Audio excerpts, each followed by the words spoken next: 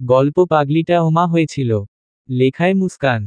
পাগলিটা ওমা হয়েছে, কিন্তু মাতৃত্বের স্বাদ সে পায়নি। তথাকথিত সমাজের লালসা আর প্রতারণার শিকার এই নিষ্পাপ পাগলি। বেশ কিছুদিন ধরে মহিলা মেডিকেল হাসপাতালের সামনে 15-16 বছরের একটি মেয়েকে ঘোরাঘুরি করতে দেখা যেত। উঠতি বয়সী এই পাগলি অন্ধকার গলির কার লালসার শিকার তখন ও তা কেউ বলতে পারেনি। এমনকি পাগলিও শেষ সময় পর্যন্ত চুপ করেই ছিল। একবারও বলেনি অগণিত নরপিশাচ এর মধ্যে কে তার সন্তানের বাবা। জরাজীর্ণ পোশাকে পাগলি প্রচলিত সমাজ সংসারের অনেক কিছুই জানে না, বুঝে না। কিন্তু পাগলি মা এটা বুঝে, সে গর্ভবতী আর এই হাসপাতালই তাকে কোনো সাহায্য করতে পারে। তাই প্রসবের ঠিক 15-20 দিন আগে তাকে প্রায় বেশিরভাগ সময়ই হাসপাতালের মেঝেতে শুষে থাকতে দেখা যেত। হাসপাতালের রেগুলার ডাক্তার ও নার্সের চোখে পড়ল কয়েকদিনের মধ্যেই। কারণ মেয়েটি পাগলি হলেও মিষ্টি আর মায়াবী চেহারার অধিকারী ছিল। আর বয়স যে একবারেই কম তা ওকে দেখেই বোঝা যায়। আর এসব কারণেই খুব সহজে ডাক্তার ও নার্সদের চোখে পড়ে মেয়েটি।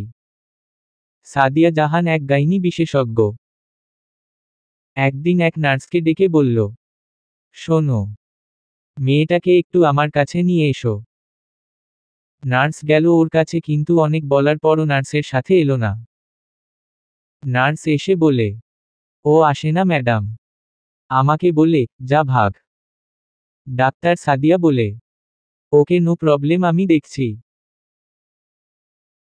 দুইজন ডাক্তার আর দুইজন নার্স মিলে অনেক বুঝিয়ে ওকে কেবিনে নিয়ে আসে। কেবিনে বসাতেই ও হেসে দেয়। ডাক্তার সাদিয়া একটু সাহস পায় আর জিজ্ঞেস করে, নাম কি তোমার?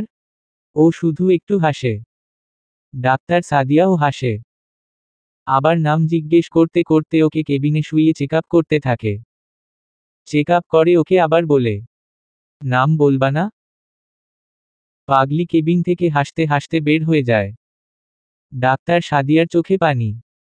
সাথে সহকারী ডাক্তার রূপাও আছে। ডাক্তার সাদিয়া চোখের পানি মুছে আফসোস করে বলে, আল্লাহর কি মর্জি। আজ 6 বছর হয় বিয়ে হয়েছে, বাট একটা বেবির মুখ দেখলাম না। আর এই পাগলিকার যে লালসার শিকার হয়েছে কে বলবে বলো? নিজের নামটা পর্যন্ত বলতে পারে না এই মেয়ে।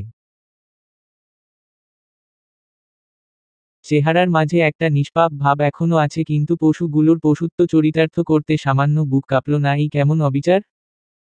ডাক্তার সাদিয়া রূপাকে বলল, নার্সগুলোকে বলো ওর খেয়াল রাখতে। ওর কিন্তু সময় হয়ে গেছে। হয়তো কয়েক দিনের মধ্যেই কিছু একটা হয়ে যেতে পারে।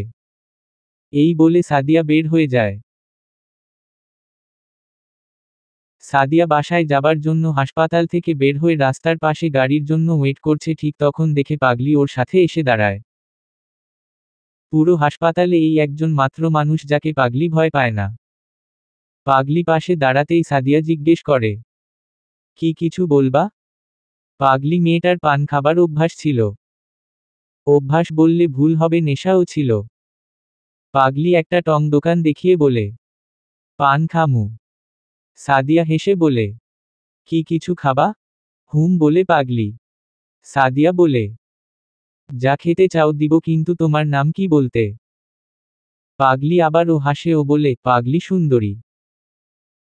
এই বলে হে হে করে হাসে আর বলে, খামু। সাদিয়া একটা দীর্ঘশ্বাস ফেলে বলে, পাগলি তোমার জাতীয় নাম হয়ে গেছে। ওকে কি খাবে বলো?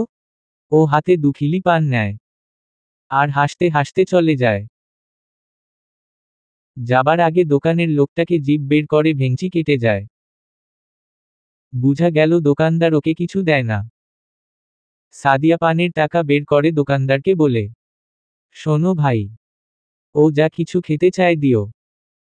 এই নাও কিছু অগ্রিম টাকা। দোকানদার হেসে বলে, টাকা লাগবো না আফা, ও পান ছাড়া তেমন কিছু খায় না। মাসখানেক হইব কই থেইকা জানি আসছে এই পাগলি। কিছু খাইতে চায় না পান ছাড়া। তো দোকানে আইসা কি জানি খোঁজে। না পাইয়া পান দেখায় আর কিছু সাদলে খায় না।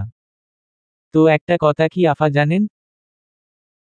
এই পাগলিরে কেউ ছুঁইব তো দূরের কথা, ওর পাশ দিয়াও কেউ হাইটা যাইতে পারে না, তাইলে এমন কামডা করল কোন হারামির বাচ্চা? কিছু মনে কইরেন না আফা, মুখটা খারাপ করতে হইল। এমন একটা মাইয়ার লগে যে এমন করছে, সে কি আদৌ মানুষ? কয়দিন দইরা আমি ওরে পান দেই না। কেমনে দিমু আফা? ওর পেটে বাচ্চা, খালি পেটে পান খায় কন? আর কিছু দিলে ফিক্কা মাইরা ফালাইয়া দেয়। সেই জন্যই ভেংচি কাইটা গেল পান পাইয়া। সাদিয়া বলে, আচ্ছা তবুও তুমি এই 500 টাকা রাখো, ও যা চায় দিও, আর একটু খেয়াল রেখো। দোকানদার হেসে বলে, লাগবো না আফা। এর মধ্যে সাদিয়ার বর এসে গাড়িতে বসে হর্ন বাজাতে থাকে। সাদিয়া গাড়িতে এসে বসলে তার বর বলে, তোমার প্রবলেম কি? টং দোকানে কি দরকার পড়ে গেল তোমার? সাদিয়া পানি ছলছল চোখে বলল, ওই পাগলি মেয়েটা ওই দোকান থেকে খায়, তাই কিছু টাকা দিয়ে আসতে গিয়েছিলাম। সাদিয়ার বর তার চোখের পানি পড়ার আগে হাত দিয়ে মুছে বলে, এই পাগলির ভূত তোমার মাথা থেকে এখনো যায়নি দেখছি। সাদিয়া এখন আবেগে কেঁদেই ফেলে। সাদিয়ার বর হাসান খুব ভালো ও যথেষ্ট কেয়ারিং একজন মানুষ। পেশায় সেও একজন ডাক্তার, তবে ডেন্টাল। সাদিয়ার মন খুব খারাপ, দুজনই চুপচাপ বসে আছে গাড়িতে। হঠাৎ হাসান বলে ওঠে, চলো আজ বাইরে খাই। তোমার প্রিয় রেস্টুরেন্টে প্রিয় খাবার। সাদিয়া বুঝতে পারে তার মন ভালো করার এটা তার হাজবেন্ডের প্রচেষ্টা মাত্র। সাদিয়া হেসে দেয়। তারা রেস্টুরেন্টে নামে এবং খুব মজা করে খায়। সাদিয়ার মন তখনকার মতো ভালো হয়ে যায়, কারণ এটা তার খুব পছন্দের একটি খাবার, যা সাদিয়ার বরের মোটেও পছন্দ না। আর তা হলো হালিম দিয়ে গার্লিক নান।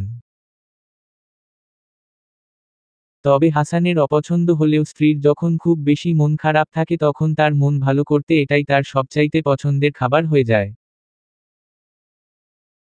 দুজন একসাথে হালিম নান খেয়ে 2 কাপ চা পান করে গাড়িতে ওঠে বাসায় যাবার উদ্দেশ্যে। গাড়ি মোড়ে ঢুকতেই একটা টং দোকানে নজর পড়ে সাদিয়ার।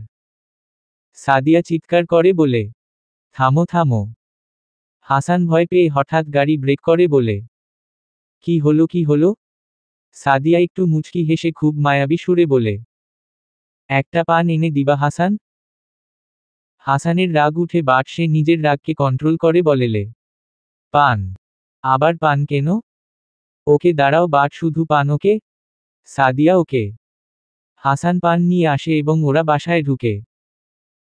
সাদিয়া ফ্রেশ হয়ে শোবার আগে পানটি মুখে দেয় আর বলে, জানো হাসান, ওই পাগলি মেয়েটা কথা বলার পর বলে, ধুর, পাগলি বলতে কেমন জানি লাগে। হাসান, আচ্ছা কি বলতে চেয়েছিলে বলো। সাদিয়া, ওই মেয়েটা নাজি শুধু পান খায় আর কিছু খেতে চায় না। হাসান, তাই তুমি ও পানের উপর এক্সপেরিমেন্ট করতে পান এনেছো তাই না? দিস ইজ বেড হেবিট, তাই আজকের পর আর নয় ওকে। সাদিয়া ওকে। দুজনই কথা বলতে বলতে ঘুমিয়ে যায়।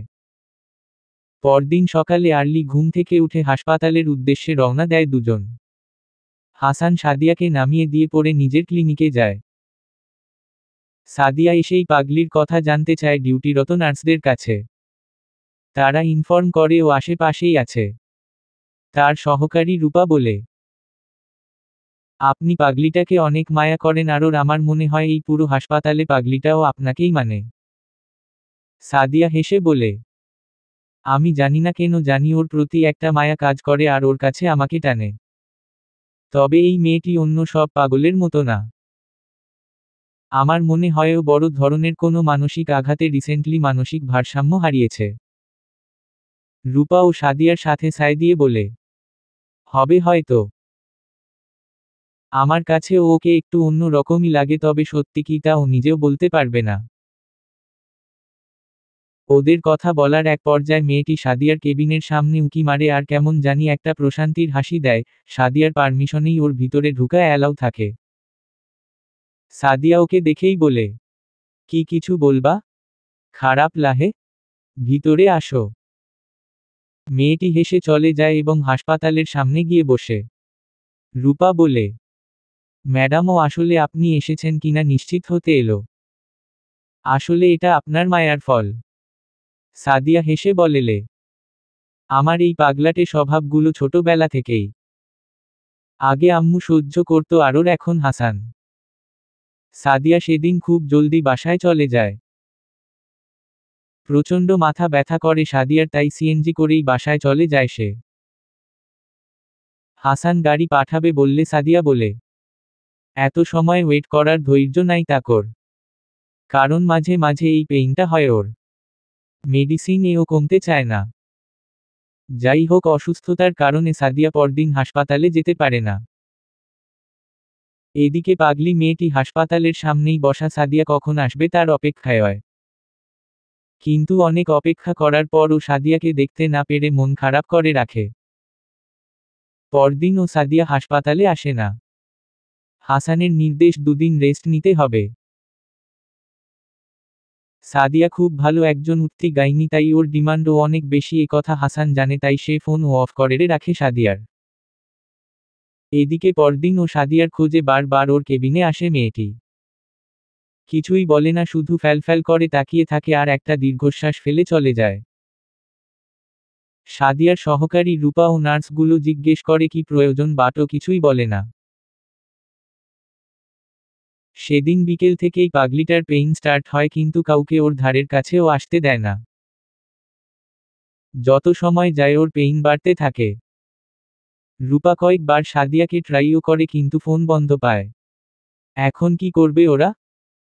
মেয়েটি ক্রমশ ব্যথায় ছটফট করতে থাকে। রূপা ভাবে সাদিয়ার পার্সোনাল একটা নাম্বার আছে যা শুধু ওর কাছেই আছে। খুব বেশি ইমার্জেন্সি না হলে ওটাতে কল দেওয়া নিষেধ। রূপা স্থির করে ওই নাম্বারে কল দিবে। রাত ৯টা।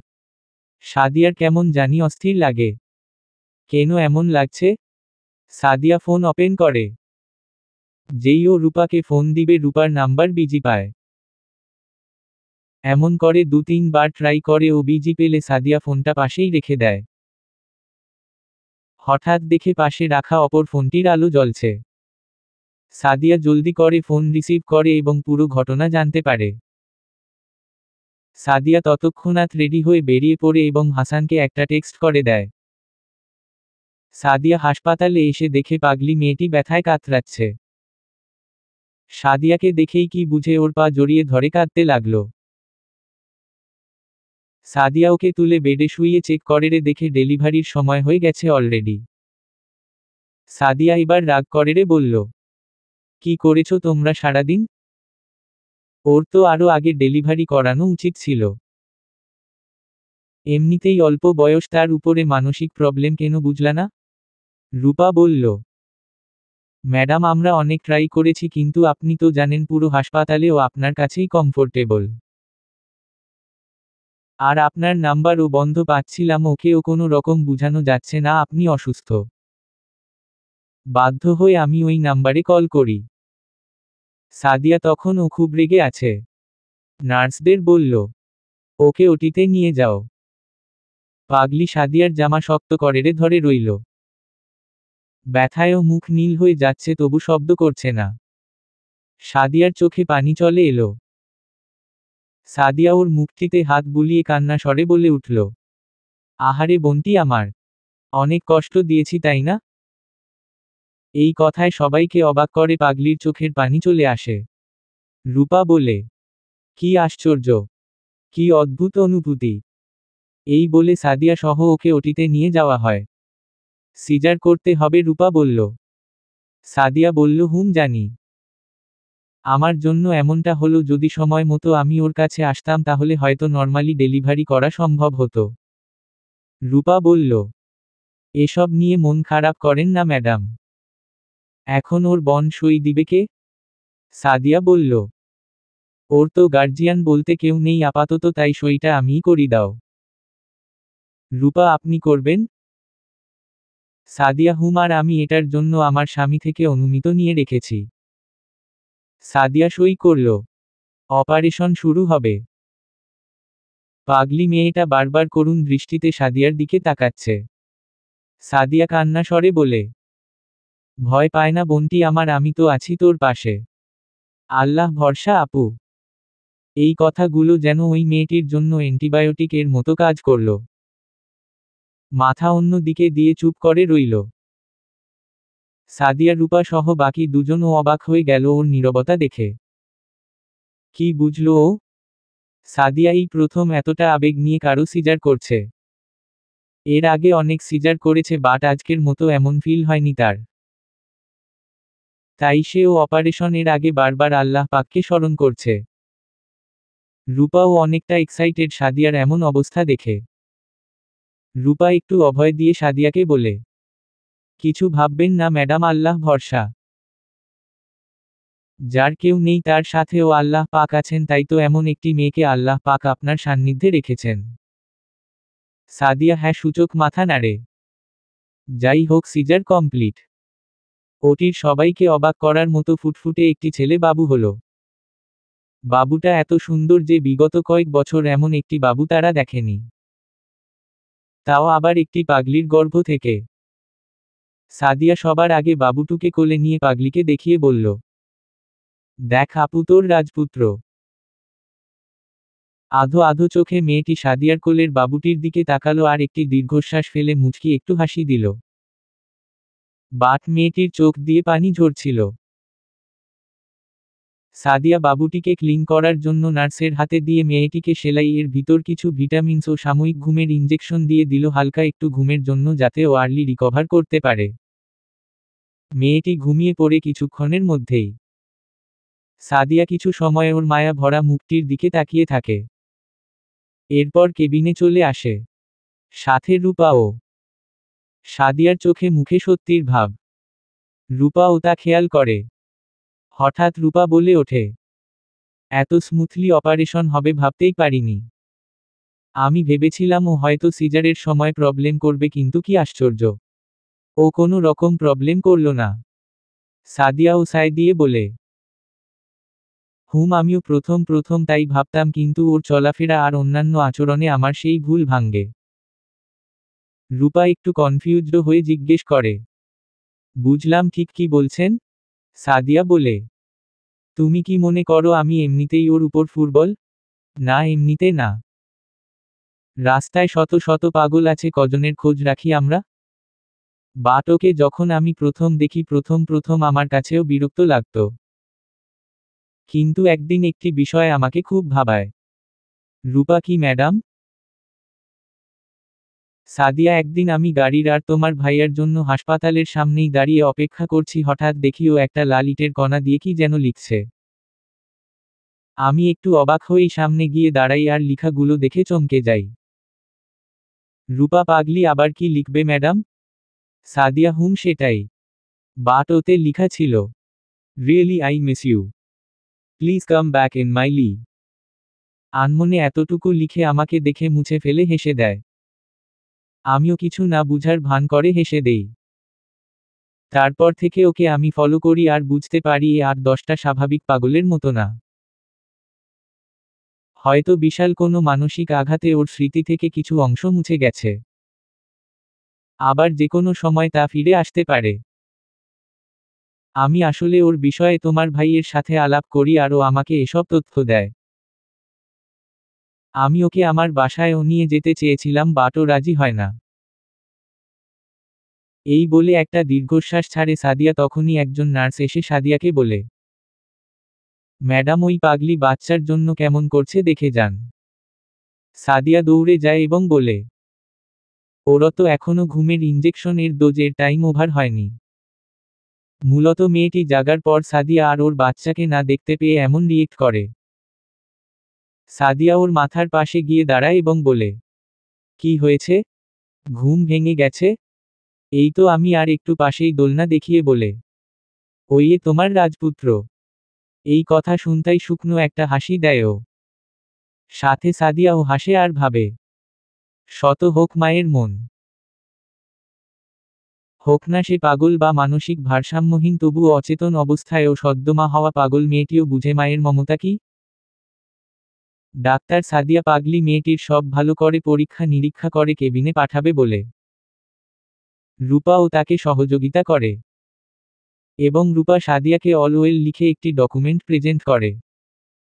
ডকুমেন্ট দেখে সাদিয়া একগাল হাসি দিয়ে বলে, মাশাআল্লাহ, নো কমপ্লিমেন্ট। গরিবের সহায় আল্লাহ।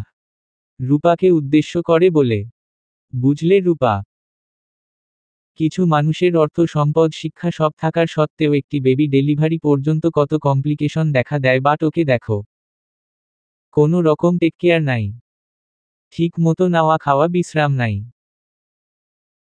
কোনো ধরনের কোনো যত্ন বা প্রপার ট্রিটমেন্টও নাই, তবুও মাশাআল্লাহ কোনো প্রবলেম হয়নি ডেলিভারির আগে বা পরে। রূপা হেসে বলে, জি ম্যাডাম, সব আল্লাহ পাকের ইচ্ছা। সাদিয়া বলে, তা তো অবশ্যই, নয়তো আমাদের কি সাধ্য বলো। এই বলতে বলতে সাদিয়া মেয়েটির মাথার কাছে এসে আস্তে করে মাথায় হাত বুলিয়ে দেয় আর বলে, মাশা আল্লাহ, ঘুমের মাঝেও কত নিষ্পাপ লাগছে। কোন বাবা মায়ের কোল খালি করে আজ বেঘর হয়ে রাস্তায় রাস্তায় ঘুরছে কে বলবে। এ কথা বলতেই সাদিয়ার চোখে পানি চলে আসে। এমন সময় বেবিটি একটু কান্না করে ওঠে। সাদিয়া চোখ মুছে হাত ভালো করে ধুয়ে বেবিকে কোলে তুলে নেয়। সাদিয়া দেখে বেবিটির চোখে মুখে আভিজাত্যের একটা ছোঁয়া আছে। গায়ের রংটা মায়ের মতো হলেও চেহারাটা অন্যরকম দেখতে। সাদিয়া খুব মন দিয়ে বাবুটির দিকে তাকায়। চোখগুলো বড় বড় আর নাকটা বেশ লম্বা। চুলগুলো অনেক ঘন। বাট মেয়েটির চোখগুলো ছোট আর মুখটাও গোলগাল।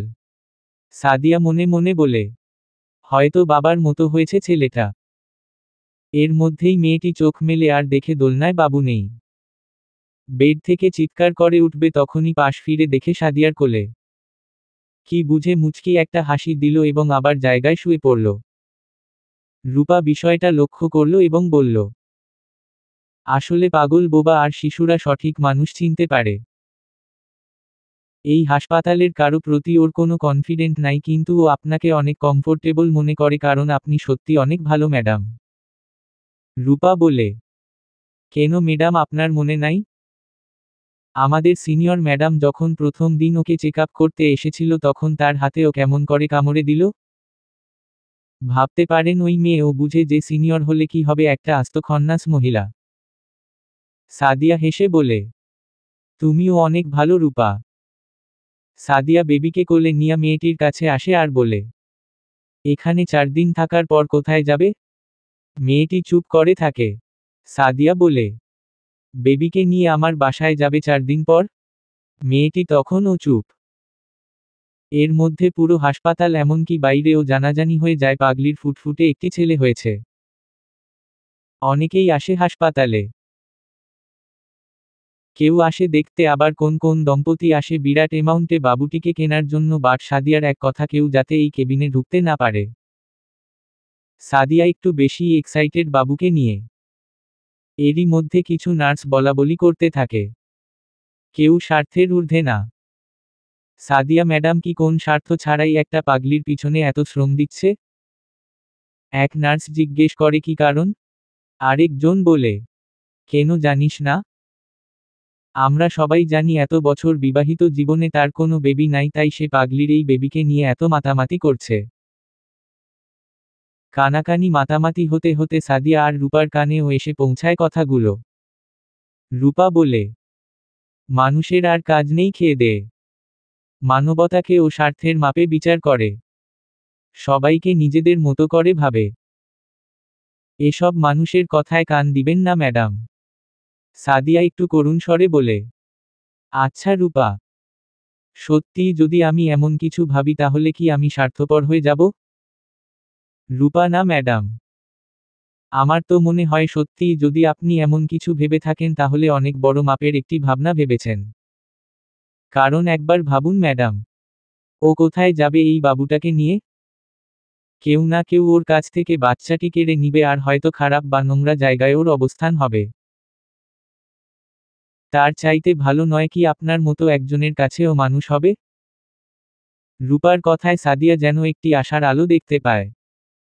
সাদিয়া মনে মনে ভাবে, মায়ের মমত্ববোধ হয়তো আমাকে স্বার্থপর করে তুলেছে, আর এর নাম যদি স্বার্থপরতা হয় তবে আমি স্বার্থপর। রাত 9টা। সাদিয়ার বর আসে হাসপাতালে। তাকে দেখেই আরও কিছু নার্স এগিয়ে আসে বেবিকে দেখার জন্য, কারণ সাদিয়া নিজ দায়িত্বে এই মেয়ের ডেলিভারি হয়, তাই সবার এন্ট্রি অ্যালাও করে না সাদিয়া।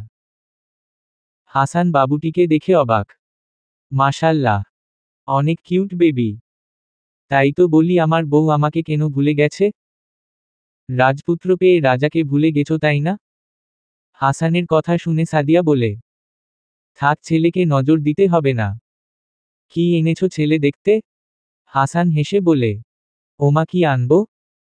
তারপর মিষ্টি হাতে দিয়ে বলে, এগুলো দিয়ে দাও সবার মাঝে, আর এক সেট ড্রেস বের করে সাদিয়াকে বলে, নাও তোমার ছেলেকে পরিয়ে দাও। কথা কেমন করে যেন হাসানের মুখ থেকে বের হয়ে যায় এবং সে নিজেও অবাক। সাদিয়ার বুকের মাঝখানে গিয়ে লাগে কথাটি এবং সাথে সাথে চোখ দুটো ছলছল করে ওঠে। হাসান বল, সরি সোনা, আমার মুখ থেকে কথাটি আচমকা বের হয়ে গেছে। সাদিয়া একটা দীর্ঘশ্বাস ফেলে বলে, তোমার আচমকা বের হওয়া কথাটিই যেন সত্যি হয় হাসান। হাসান সাদিয়ার দিকে অবাক হয়ে দেখতে পায় একটি নারীর মাতৃত্বের আহাজারি।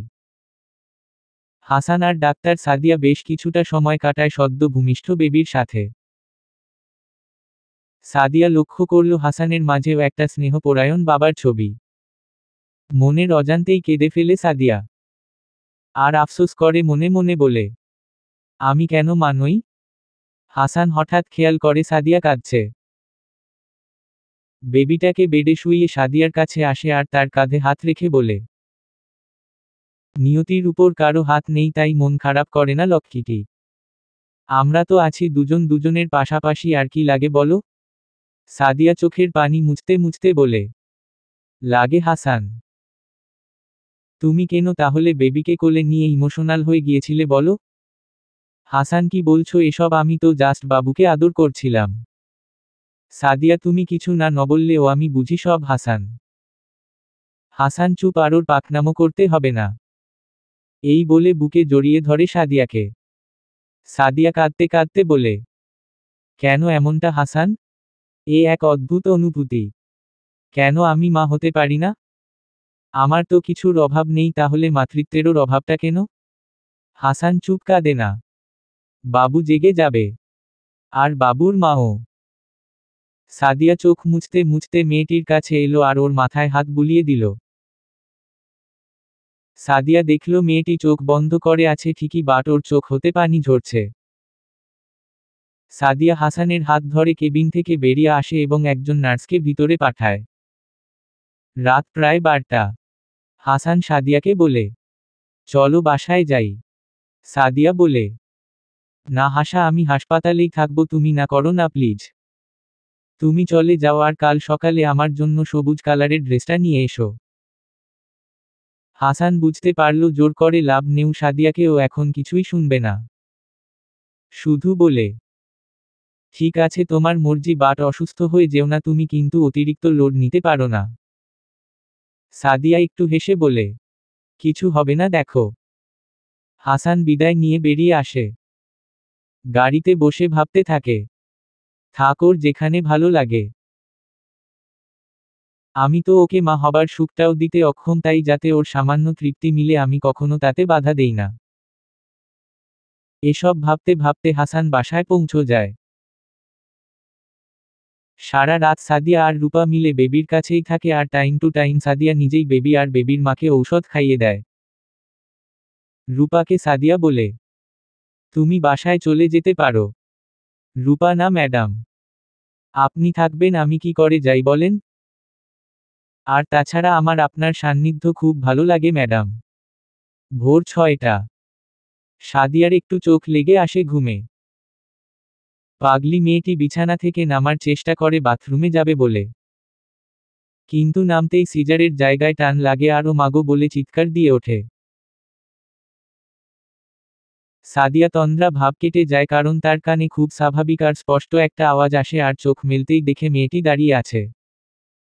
সাদিয়া দৌড়ে এসে বলে, কি হয়েছে? বাথরুমে যাবা? মাথা নেড়ে সম্মতি দেয় মেয়েটি। সাদিয়া নিজে ওকে নিয়ে যায়। একটি বোন অপর বোনের জন্য যা করে সাদিয়া, তার সব কিছুই ওই মেয়ের জন্য করে নিজের অজান্তে। এদিকে মোটামুটি পুরো হাসপাতাল হয়ে যায় যে সাদিয়া একটু বেশি মাত্রায় বাড়াবাড়ি করছে পাগলিকে নিয়ে। এমনিতেই অল্প বয়সে মোটামুটি একটা পজিশনে চলে আসায় অনেকেই জেলাস তার উপর এবং তার সমালোচক এরও অভাব থাকে না।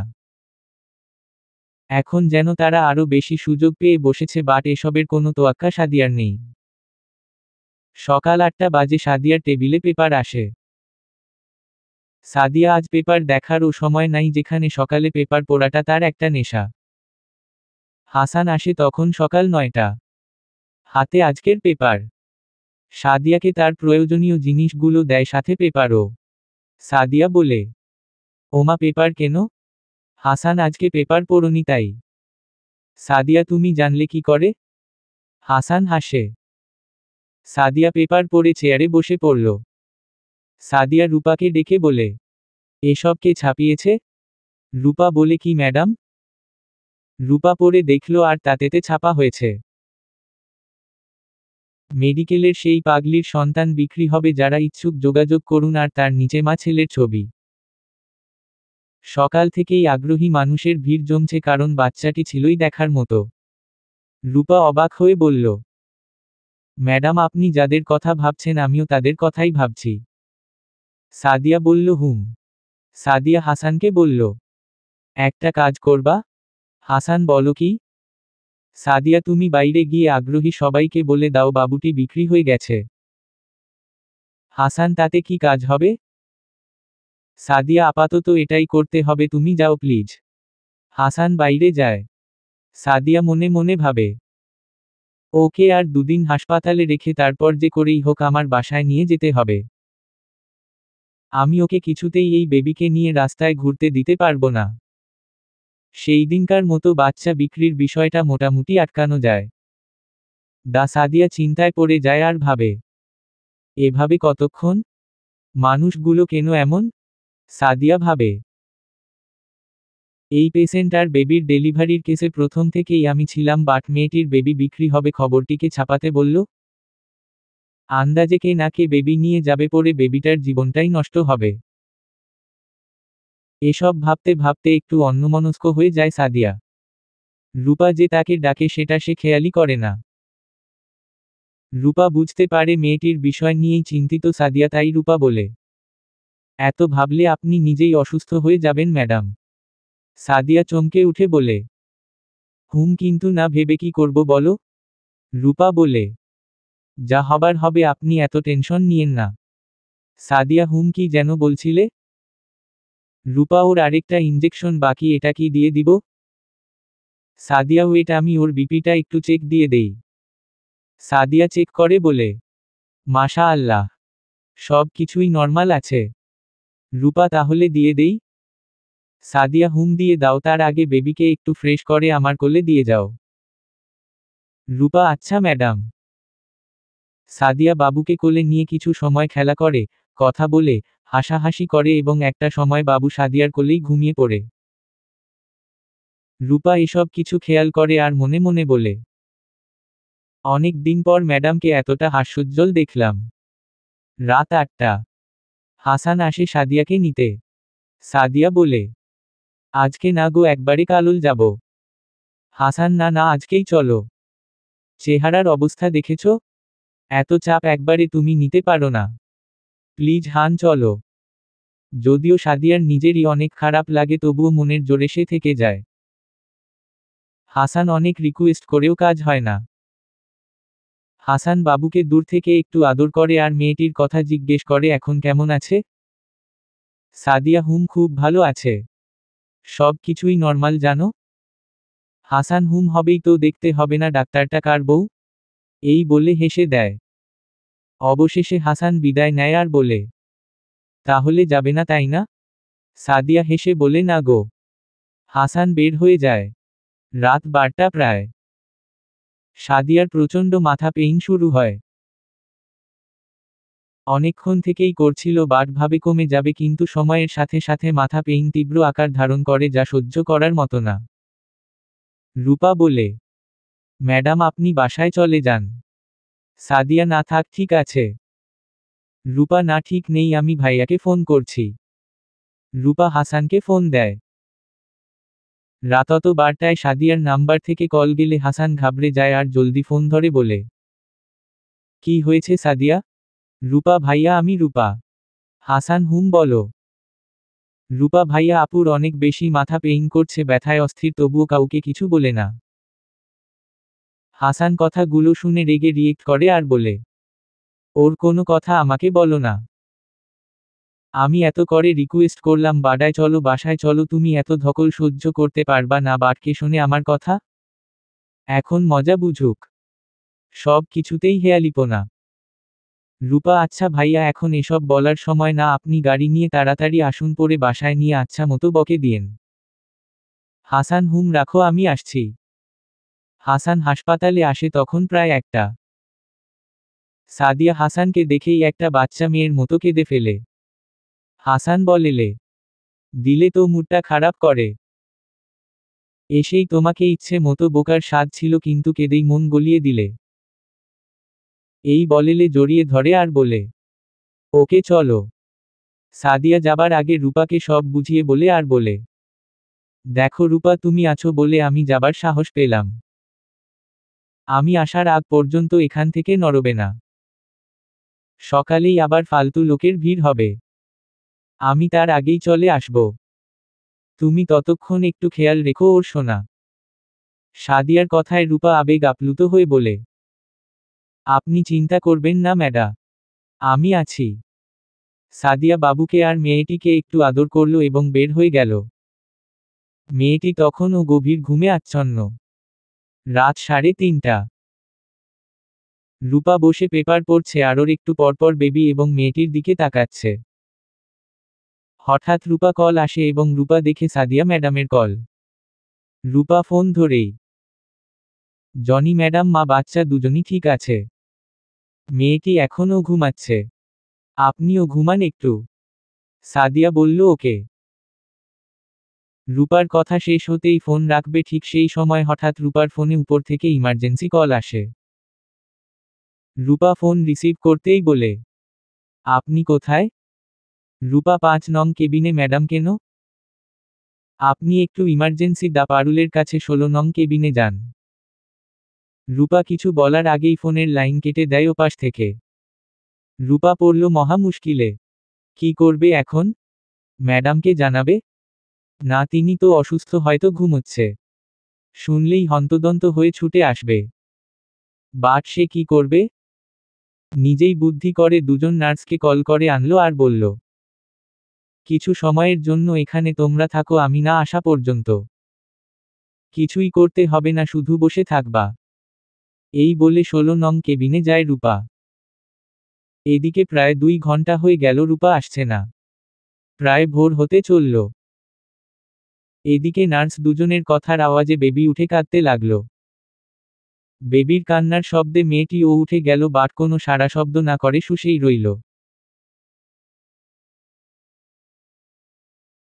একজন নার্স বাবুটির কান্না থামানোর জন্য যেই ওকে কোলে তুলে নিতে যাবে অমনি মেয়েটি খপ করে ছিনিয়ে নিয়ে বেডের একপাশে লুকিয়ে রইল আর এদিক সেদিকে রূপা ও সাদিয়াকে খুঁজতে লাগলো, কিন্তু পাগলি কাউকে দেখতে পেল না।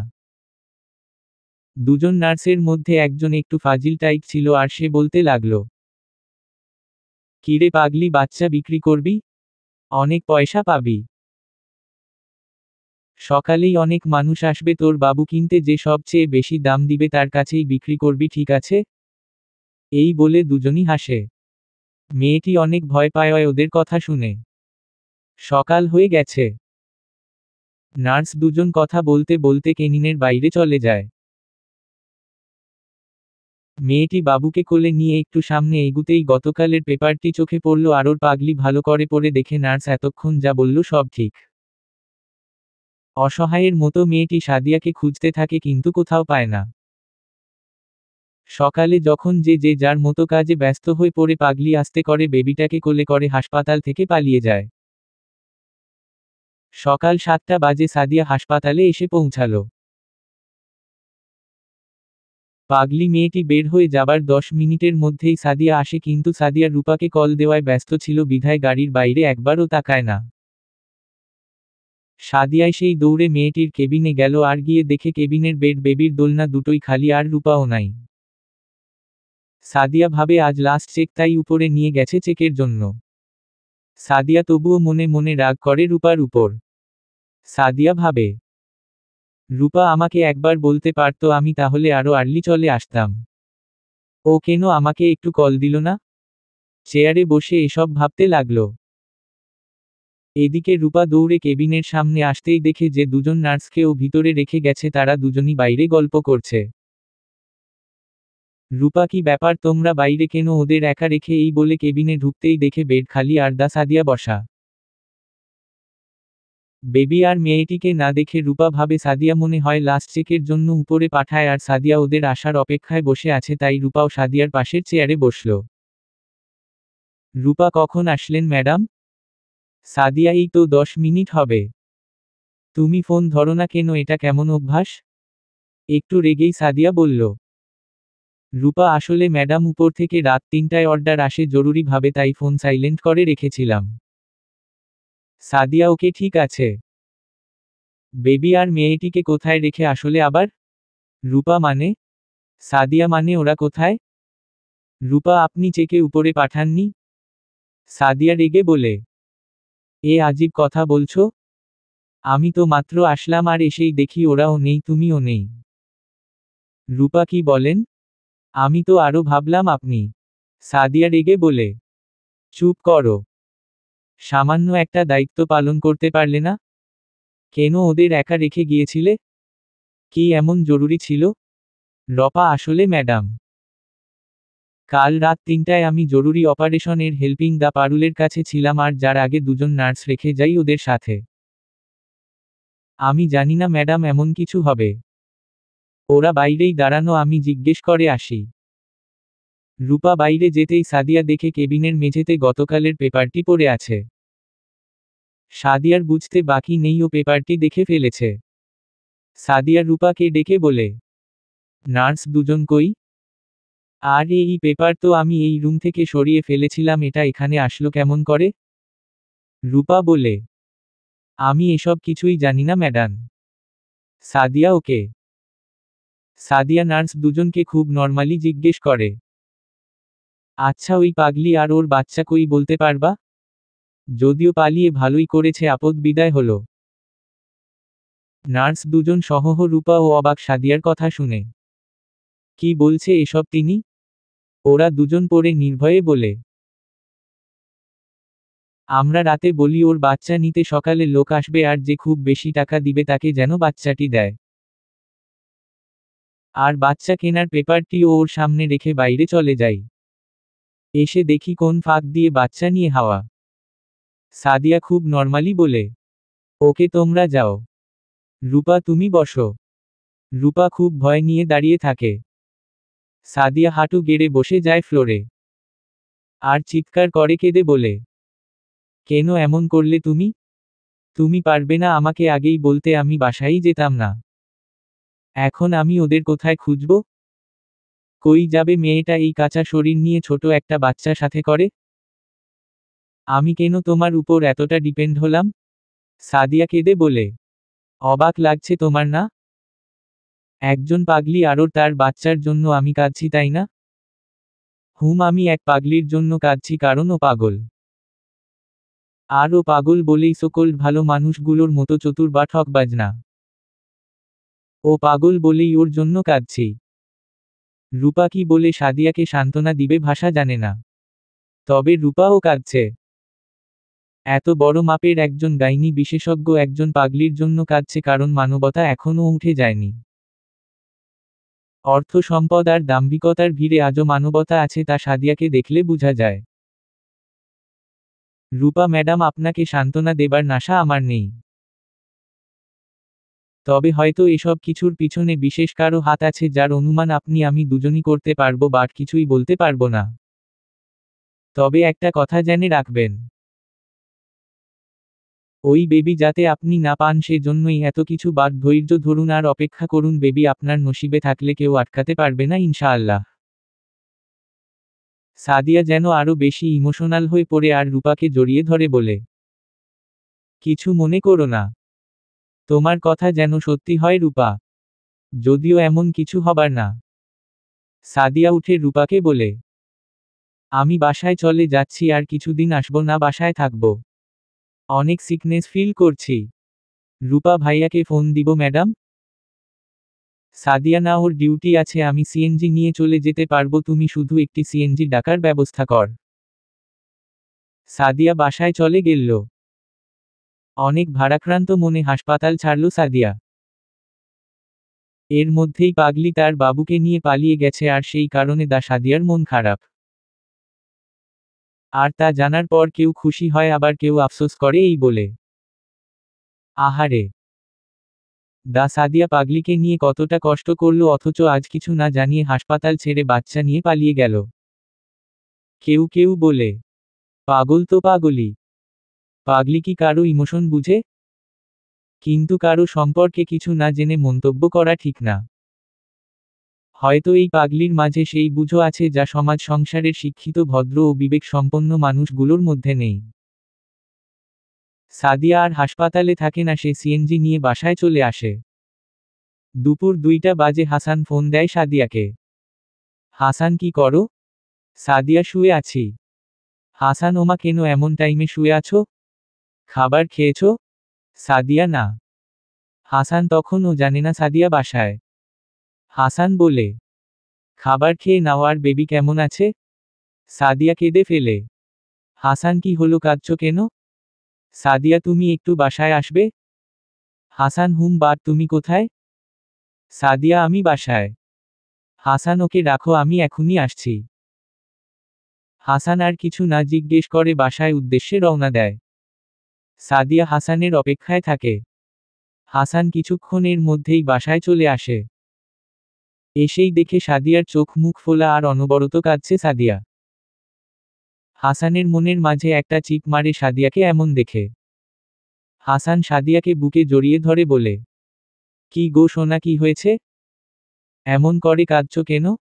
সাদিয়া ফুপিয়ে ফুপিয়ে কেঁদে বলে, বেবি আর বেবির মা হাসপাতাল ছেড়ে চলে গেছে।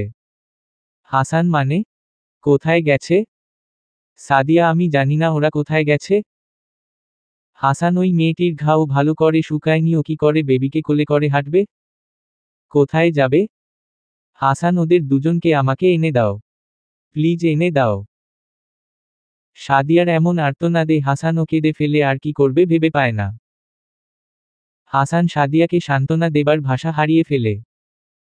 সাদিয়া দিকে ফ্যালফ্যাল করে তাকিয়ে থাকে হাসান, আর মনে মনে ভাবে, কেন এমনটা হলো? বিয়ের অনেক বছর হয়ে যাবার পরও যখন কোনো বেবি হচ্ছিল না, তখন এই বেবিটাকে নিয়ে সাদিয়া অনেক এক্সাইটেড ছিল। অনেক হাসি খুশি ছিল পুরো বিষয়টা নিয়ে। আমি ওর পাগলামি গুলো উপভোগ করতাম, কিছুই বলতাম না। হাসান, কেঁদো না লক্ষ্মীটি, আমি দেখছি কি করা যায়। আমি আশেপাশে লোক লাগিয়ে দিচ্ছি, আর নিজেও সম্ভাব্য সব জায়গায় গাড়ি নিয়ে ঘুরে ঘুরে দেখছি সোনা। তুমি ভেবো না, আমরা ওদের ঠিক খুঁজে পাব। এই বলে হাসান ঘর থেকে বেরিয়ে পড়ে। গাড়ি স্টার্ট দিয়ে হাসান মনে মনে ভাবে, ওকে তো বলে আসলাম, বাট এত বড় শহরে কোথায় খুঁজে পাবো ওদের? হাসান প্রায় সারাদিন এদিক সেদিকে ঘোরাঘুরি করে, আর ওর পথের লোকজনদের জিজ্ঞেস করে, বাট কেউ কোনো হদিস দিতে পারে না। রাত 9টা। হাসান বাসায় আসে ক্লান্ত হয়ে। সাদিয়া দৌড়ে আসে আর বলে, কি গো, কই ওরা? হাসান তাৎক্ষণিক পরিস্থিতি সামাল দিতে বলে, হুম, আসবে। আমার পরিচিত এক লোক উত্তরার কোন এলাকায় নাকি দেখেছে, সে কাল খবর নিয়ে আসবে। সাদিয়া হেসে বলে, সত্যি? হাসান, হুম, কালই দেখতে পাবে। এবার আমার লক্ষ্মী বউয়ের মতো ফ্রেশ হয়ে খাবার খেয়ে নাও, নয়তো বেবিকে সামলাবে কেমন করে? সাদিয়া দৌড়ে ওয়াশরুমে যায়। হাসান মনে মনে ভাবে, আজকের মতো সামলে নিলাম, বাট কালকে কি বলে বুঝাবো? কি ঝামেলা তৈরি হয় কে জানে। সাদিয়া ফ্রেশ হয়ে আসে, ওরা রাতে খেয়ে শুয়ে পড়ে। সকাল 6টা। সাদিয়া ঘুম থেকে উঠে নাস্তা তৈরি করে হাসানকে ডেকে দেয়। এই হাসান, উঠো, নাস্তা করে যাও, তোমার কোন লোক নাকি ওদের খোঁজ দিবে? তুমি নাস্তা করে তাকে ফোন দাও, নয়তো পরে আবার সে অন্য কাজে বিজি হয়ে যাবে। হাসান একটা দীর্ঘশ্বাস ফেলে শোয়া থেকে উঠে ফ্রেশ হয়ে নাস্তা করে বের হয়ে যায়। গাড়ি চালাতে চালাতে ক্লান্ত হয়ে পার্কের এক সাইডে গাড়ি পার্ক করে বসে। কি করবে সে? তার স্ত্রী বাসায় অপেক্ষা করে বসে আছে। কি জবাব দিবে তাকে? অসহায়ের মতো বাসায় ফিরে হাসান। বাসায় ঢুকতেই চিন্তা করে, জানিনা ভিতরে গেলে কি হবে, তবে আমি আর ওকে অন্ধকারে রাখতে পারবো না। ওদের খুঁজে পাওয়া পসিবল না, এরা সাদিয়াকে বুঝতে হবে। ঘরে ঢুকতেই সাদিয়া দৌড়ে এসে বলে, কই ওরা? কি হলো, কথা বলো, ওরা কই? হাসান পায়নি ওদের। এমন করে কাউকে খুঁজে পাওয়া যায় না। তাছাড়া ওরা সমাজের উঁচু স্তরের কেউ না যে চার্জ দিলেই পাওয়া যাবে। এরা পাগল। আর এই সমাজে পাগলের দাম নেই। তোমার মতো কেউ বসে নেই এসব মানুষের খবর নিতে। আমি অনেক চেষ্টা করেও ন্যূনতম খোঁজ পাইনি। তুমি এসব বাদ দাও প্লিজ। যেখানে যাবার সেখানেই গেছে। আমাকে আর পেরেশান করো না প্লিজ। একদমে এই কথাগুলো বলে হাসান সাদিয়ার হাত ধরে কেঁদে ফেলে। সাদিয়া আর একটি কথাও বলে না। হাসান কিছুক্ষণ পর, দেখো সোনা, আমার যে ওদের মায়া জন্য তা কিন্তু না। বাট আমি কি করব বলো? আমার তোমার কষ্ট ও সহ্য হয় না। এই বলে হাসান সাদিয়াকে জড়িয়ে ধরে। এমন করে কেটে যায় কিছু দিন। সাদিয়া বেশ কয়েকদিন ছুটি কাটানোর পর হাসপাতালে আসে। কিন্তু কাজে তেমন মন বসাতে পারে না। যেখানেই তাকায় মেয়েটিকে দেখতে পায়, বেবিটিকে দেখতে পায়। কান্না চলে আসে তার। সেদিনও কিছু সময় থেকে ও বাসায় চলে যায়। হাসপাতালের সিনিয়র কিছু ডাক্তার উঠতি বয়সী এই সাদিয়াকে একটু আর চোখে দেখে। এই কয়দিন হাসপাতালের আলোচনার কেন্দ্র বিন্দু থাকে দা সাদিয়া আর পাগলি মেয়েটি। কেউ ভালো বলে কেউ বা মন্দ।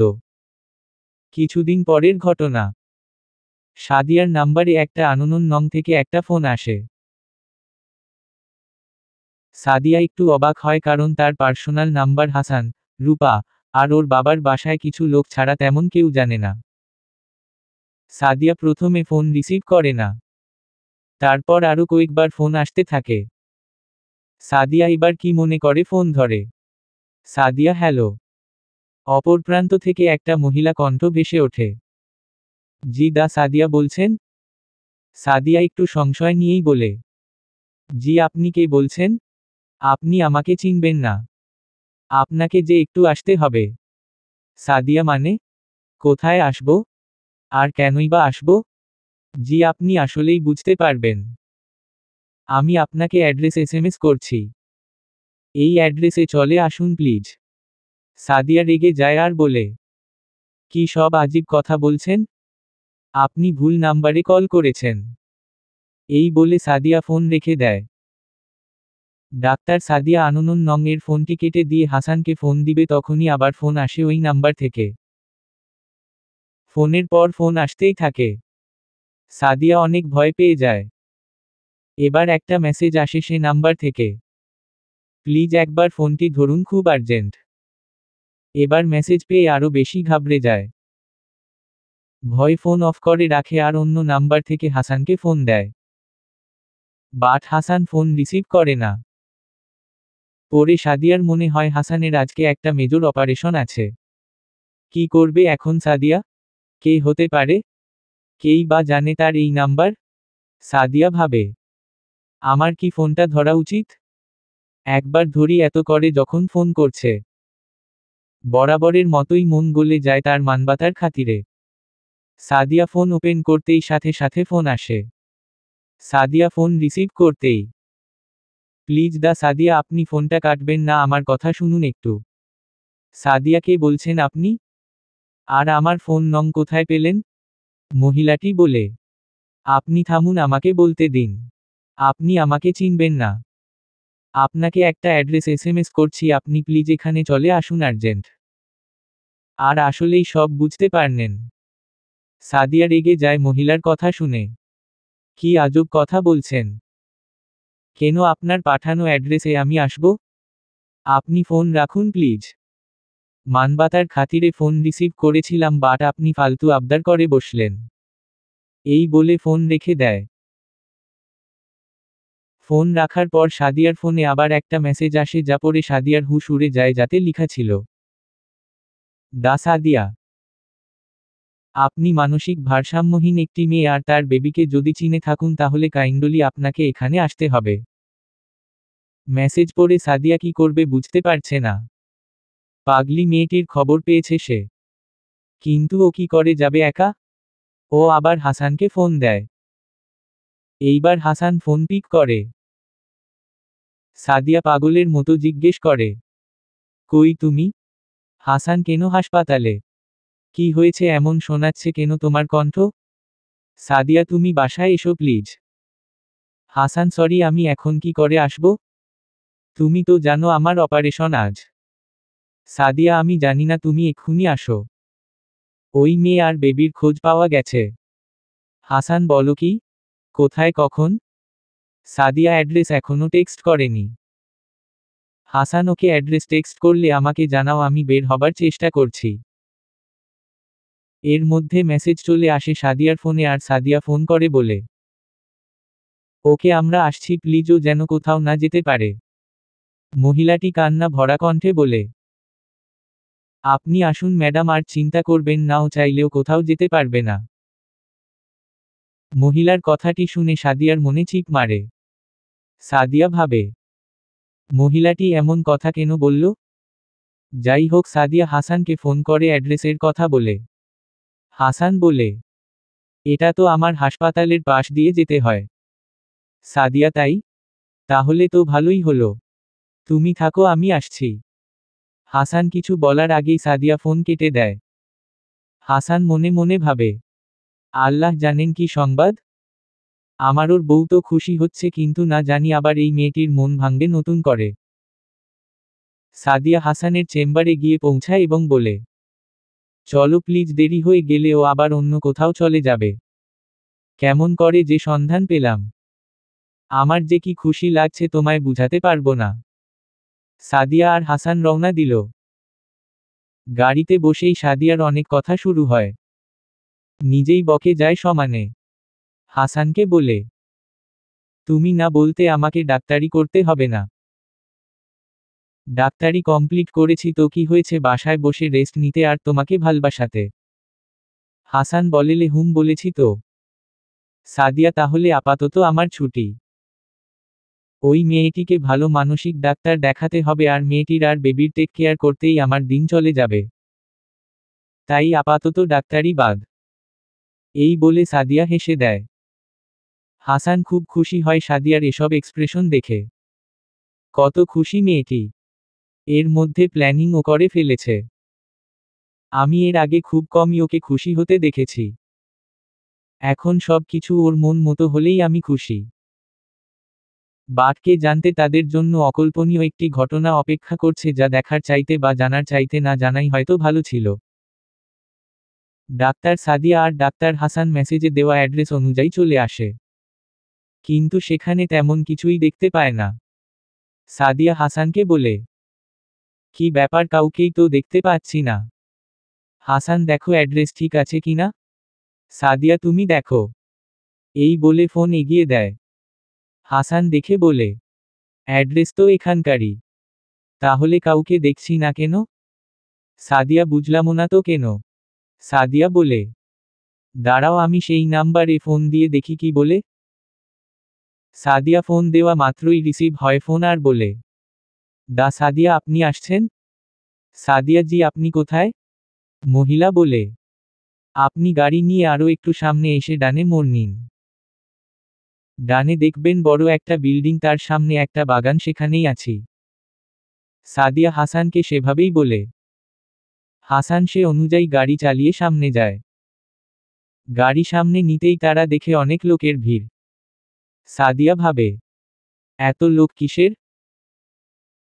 একটি গাড়ি থামতে দেখে ভিড়ের মধ্যে থেকে একজন মহিলা বের হয়ে আসে ওদের কাছে। সাদিয়ার বুঝতে বাকি নেই সেই মহিলা। মহিলাটির বয়স খুব বেশি না। দেখতে স্মার্ট আর কথায়ও বুঝা সে শিক্ষিত। সে শিওর হতে ফোন দেয় দেখে ওই মহিলার ফোনই বেজে ওঠে। মহিলাটি তার সামনেই আসতে থাকে। মহিলা কাঁদো কাঁদো অবস্থায় বলে, আপনি কি ডাক্তার সাদিয়া? সাদিয়া, জি। জি, আমি আপনাকে ফোন দিয়েছিলাম। ইনি মনে হয় ডাক্তার হাসান। সাদিয়া অবাক হয়। সবই মোটামুটি জানে মহিলাটি, কিন্তু কে সে তা এখনও ক্লিয়ার না। মহিলাটি বলে ওঠে, আপনি একটু আসবেন আমার সাথে? হাসান আর সাদিয়া ভিড় ঠেলে সামনে যায়। সাদিয়া দেখে একটি মেয়ে জরাজীর্ণ কাপড়চোপড়ে শরীরে রক্ত মাখা উপুর হয়ে পড়ে আছে মাটিতে। পাশে একটি শিশু পড়ে আছে। কে তেমন চিনা যাচ্ছে না। সাদিয়া বলে, কে এই মেয়ে? মহিলাটি মেয়েটিকে সোজা করে দিয়ে কেঁদে ফেলে।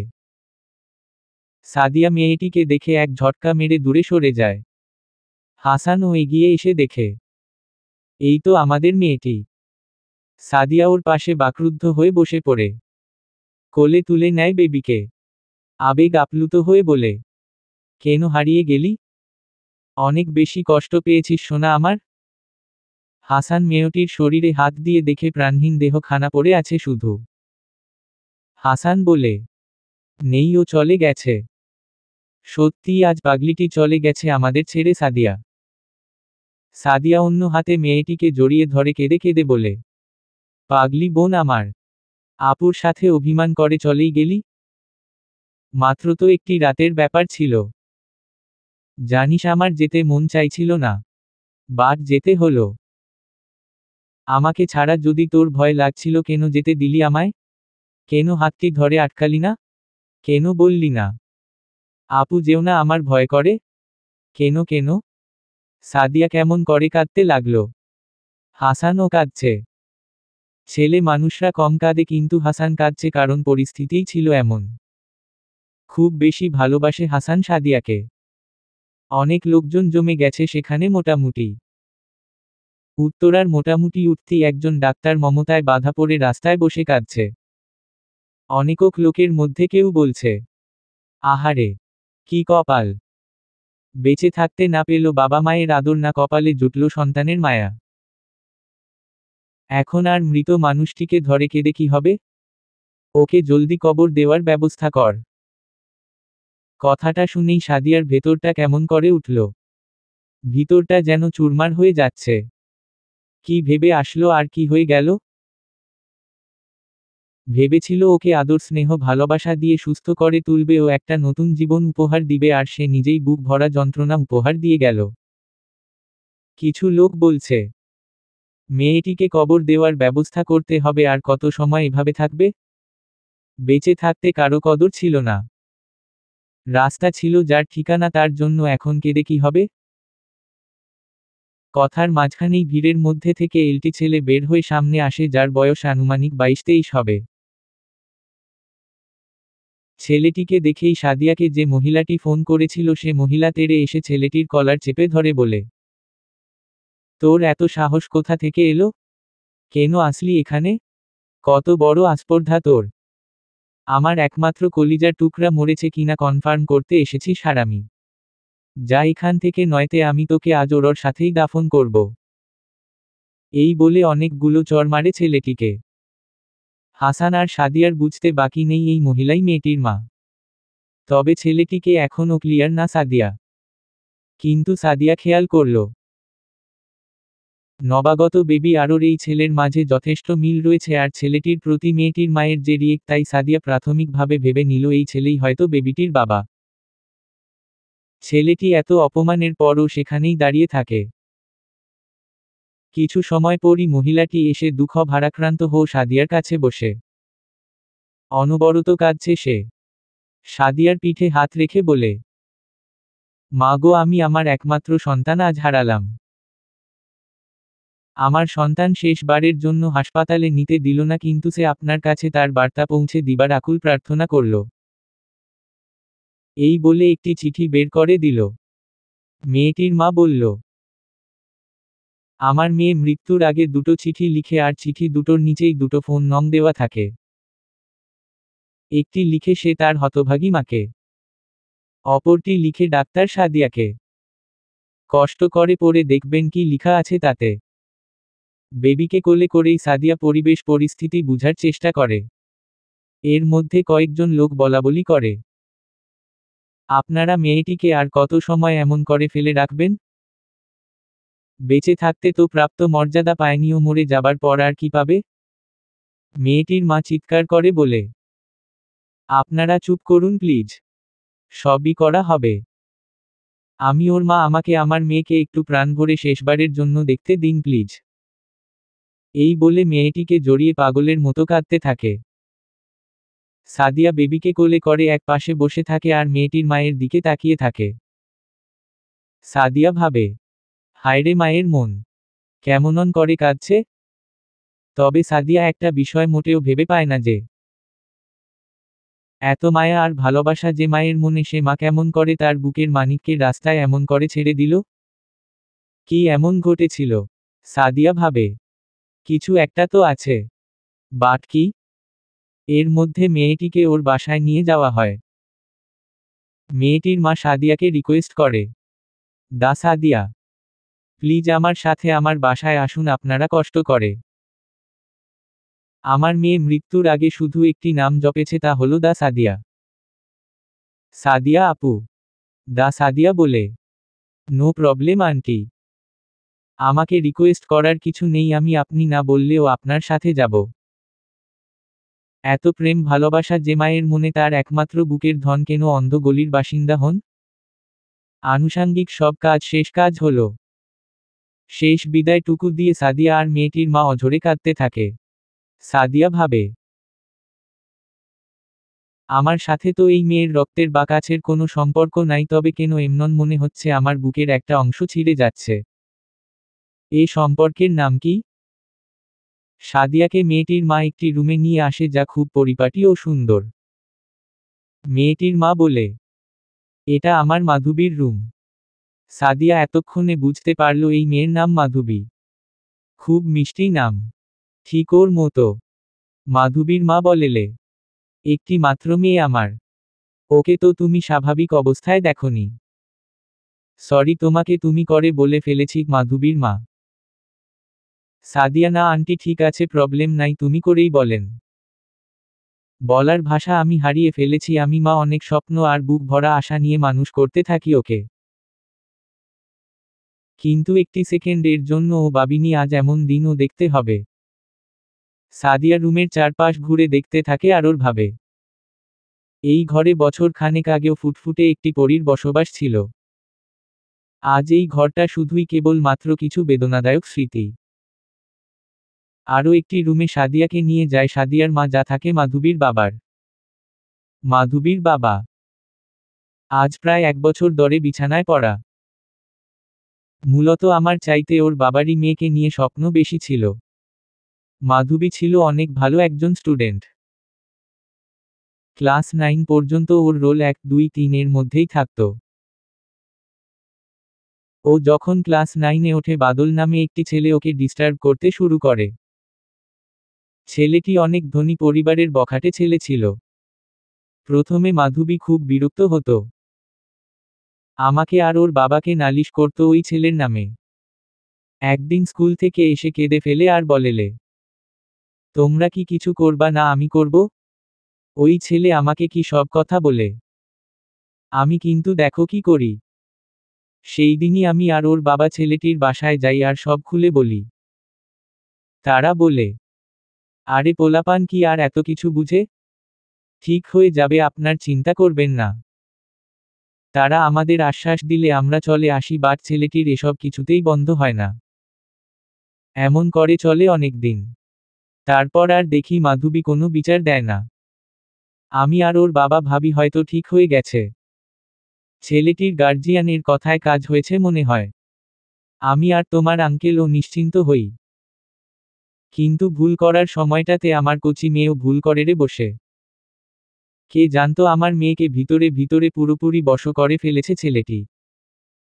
মন ভোলানোর কথায় ওর মাথা পুরো নষ্ট করে রে দেয় ছেলেটি। বাদল ছেলেটি অনেক স্মার্ট থাকে। যে কোনো মেয়ে ওর বাহ্যিক চাকচিক্য দেখে পটে যেতে বাধ্য। পড়াশোনা খুব একটা করেনি, যদিও তার ফ্যামিলি ভালোই শিক্ষিত। বাদল ও বাবা মায়ের এক সন্তান, তাই অগাধ অর্থ সম্পদ থাকার কারণে ছেলের পড়াশোনাকে ততটা প্রাধান্য দেয়নি ওর ফ্যামিলি। আস্তে আস্তে ওর বলা চলাতে পরিবর্তন আসতে থাকে। কেমন যেন উদাস থাকে। ঠিক মতো পড়াশোনাও করে না। না খাওয়া দাওয়া। একদিন মাথায় আকাশ ভেঙে পড়ে যেদিন শুনি ও স্কুলে ইরেগুলার। আর পড়াশোনাও ঠিক মতো করে না। ক্লাসের বাইরে নাকি ও কান ধরে দাঁড়িয়ে থাকে, ওর কিছু ফ্রেন্ড বাসায় বিচার দিয়ে যায়। আমি অবাক হয়ে যাই। একদিন রাতে খাবার টেবিলে ওকে জিজ্ঞেস করি, কি শুনছি এসব তোমার নামে? পড়াশোনা ঠিক মতো করো না আর ওর স্কুলেও যাও না রেগুলার, বাট বাসা থেকে তো প্রতিদিনই বের হও। কোথায় যাও?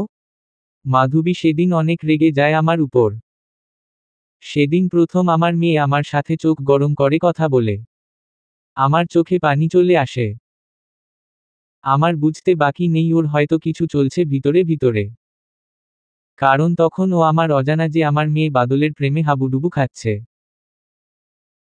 বাদল আমার মেয়েকে এটা বুঝাতে সচেষ্ট হয় যে সে তাকে অনেক ভালোবাসে, তাদের প্রেমের মাঝে আমরা বাধা হয়ে আসতে পারি। আমি বিষয়টা ক্লিয়ার হতে ওকে মোটামুটি চোখে চোখে রাখি। আর তখনই বুঝতে পারি ও আর আমাদের হাতের নাগালে নেই। একদিন রাতে শুয়ে শুয়ে ফোনে কথা বলছে। আমি আস্তে করে ওর রুমে ঢুকি আর কিছু কথা শুনে ফেলি। আমার উপস্থিতি টের পেয়ে ও ফোনের লাইন কেটে দেয় আর বলে, এসব কি মা? না বলে ঘরে ঢুকে গেলা কেন? আমি ওর মাথায় হাত দিয়ে বলি, আমি জানতাম না মা, আমার মেয়েটা এত বড় হয়ে গেছে যে ওকে বলে ওর ঘরে ঢুকতে হবে। এই বলার সাথে সাথে আমার চোখ থেকে পানি পড়ে যায়। আমি অবাক হই, আমার একমাত্র কলিজা আমার চোখের পানিটুকু মুছে দিবার প্রয়োজন বোধ করল না, বরং বিরক্ত হয়ে বলে, যাও তো আম্মু, ঘুমাবো আমি। সেদিন বুঝি বাদল নামে বদমাশ আমার মেয়ের মাথা পুরো নষ্ট করে দিয়েছে। বুঝতে পারি ওকে বুঝিয়ে লাভ নেই। হিতে বিপরীত হবে। কারণ বাদল মাধবীকে বুঝায়, যে যাই বলুক আমি আর তুমি কখনো আলাদা হব না, প্রয়োজনে ঘর ছেড়ে রাস্তায় থাকব। আর বাদলের সেই মন ভোলানোর মিষ্টি কথা আমার মেয়ের কাল হয়ে দাঁড়ায়। এমন করে চলতে থাকে কিছুদিন। আমি আর ওর বাবা ওর কাছে যেন মূল্যহীন। বাদলের মন ভোলানোর প্রেমালাপের কাছে আমার আর ওর বাবার আদর শাসন আর ভালোবাসা যেন ফিকে পড়ে গেল। এসএসসি ক্যান্ডিডেট ছিল। স্কুল থেকে বারবার লেটার আসতে লাগলো। হেড মিস আমাকে ডেকে বলে, কি প্রবলেম বলুন? এমন কেন হচ্ছে? ওকে নিয়ে আমাদের স্কুলে একটা আলাদা ভাবনা ছিল, বাট ওর এখন যে কন্ডিশন, স্কুল কর্তৃপক্ষ ওর বিষয়ে অনেক কঠোরতা প্রকাশ করেছে। এমন পড়াশোনায় ওকে আমাদের স্কুল থেকে এসএসসি দিতে দেওয়া হবে না। আমাদের স্কুলের একটা গুডউইল আছে। আমি নির্বাক হয়ে যাই। এই কি আমার সেই মেয়ে যার রেজাল্ট নিতে আসলে প্রতিবার টিচাররা বলতো, না ম্যাডাম, আসলেই একটা হীরা আপনার মেয়ে। আর আজ আমার মেয়ে এক্সামই দিতে পারবে না, সেটা শুনতে হলো। আমি সেদিন মিসকে অনেকটা অপারগ হয়ে রিকোয়েস্ট করে বলি, প্লিজ মিস, আপনি ওকে একটা চান্স দিন। আমি কথা দিচ্ছি ও ভালো রেজাল্ট করবে। একটিবার সুযোগ দিন প্লিজ। সেদিন আমার অনুরোধে মিস রাজি হয় ঠিক, বাট বাসায় এসে মাধবীকে যখন বলি এ কথা, ওর রিয়েক্ট দেখে আমি হতবাক। সে চিৎকার করে আমাকে বলে, তোমাকে কে বলেছে এমন করে রিকোয়েস্ট করতে? আমাকে একবার জিজ্ঞেস পর্যন্ত করলে না। আমি দিব না এই বছর এক্সাম। আমি ভাবলাম ওর সাথে রাগলে এখন লাভ নাই, দেখি বুঝিয়ে বলি কাজ হয় কিনা। আমি মাথায় হাত দিয়ে বলি, এমন করে না লক্ষ্মী। এত কষ্ট করলা, 10 বছর এক্সামটা দাও অ্যাটলিস্ট। কিছুতেই কাজ হলো না। তার দুদিন পরের কথা। সকালে ঘুম থেকে উঠেই দেখি মাধবী বাথরুমে পড়ে আছে। আমি মাধবী বলে চিৎকার দিয়ে ওকে ধরি। আমার চিৎকারে ওর বাবাও দৌড়ে আসে। আর বলে, ওকে জলদি হাসপাতালে নিয়ে যেতে হবে। ওর বাবা কোলে করে হাসপাতালে নিয়ে যায়। আর ডাক্তার ওকে দেখার পর যা বলল তা শুনে আমি এবং ওর বাবা হাসপাতালেই মাথা ঘুরে পড়ে যাবার উপক্রম হলো। আমার মেয়ে প্রেগন্যান্ট। ডাক্তার আমাদের ডেকে বলে, এত অল্প বয়সে কেন মেয়েকে মা হতে দিলেন? ওর তো এখন পড়াশোনা করার বয়স। আমাদের ভাষা থাকে না তার এই প্রশ্নে জবাব দেওয়ার। ডাক্তার বলে, যাক, ওর হাজবেন্ড কোথায়? তাকে বলবেন ও এক্সট্রা খেয়াল রাখতে। আর আমি কিছু মেডিসিন দিচ্ছি, কন্টিনিউয়াসলি মেইনটেইন করবেন। আমি একটু সাহস করে বলি, ম্যাডাম একটা কথা বলি? ডাক্তার হুম বলুন। আচ্ছা যদি বেবিটা না রাখি?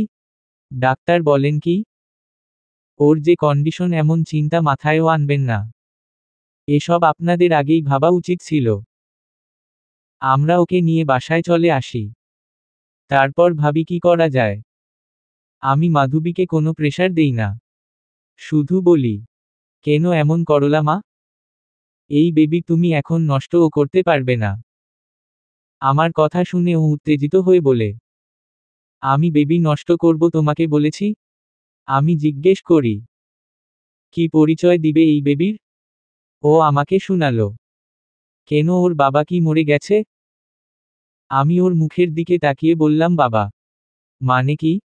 মাধবী আমাকে জানালো, আমরা দুজন চুপিচাপি বিয়ে করেছি। আমি বলি, কি? কবে করলা? আমাকে জানালো 3 মাস হয়।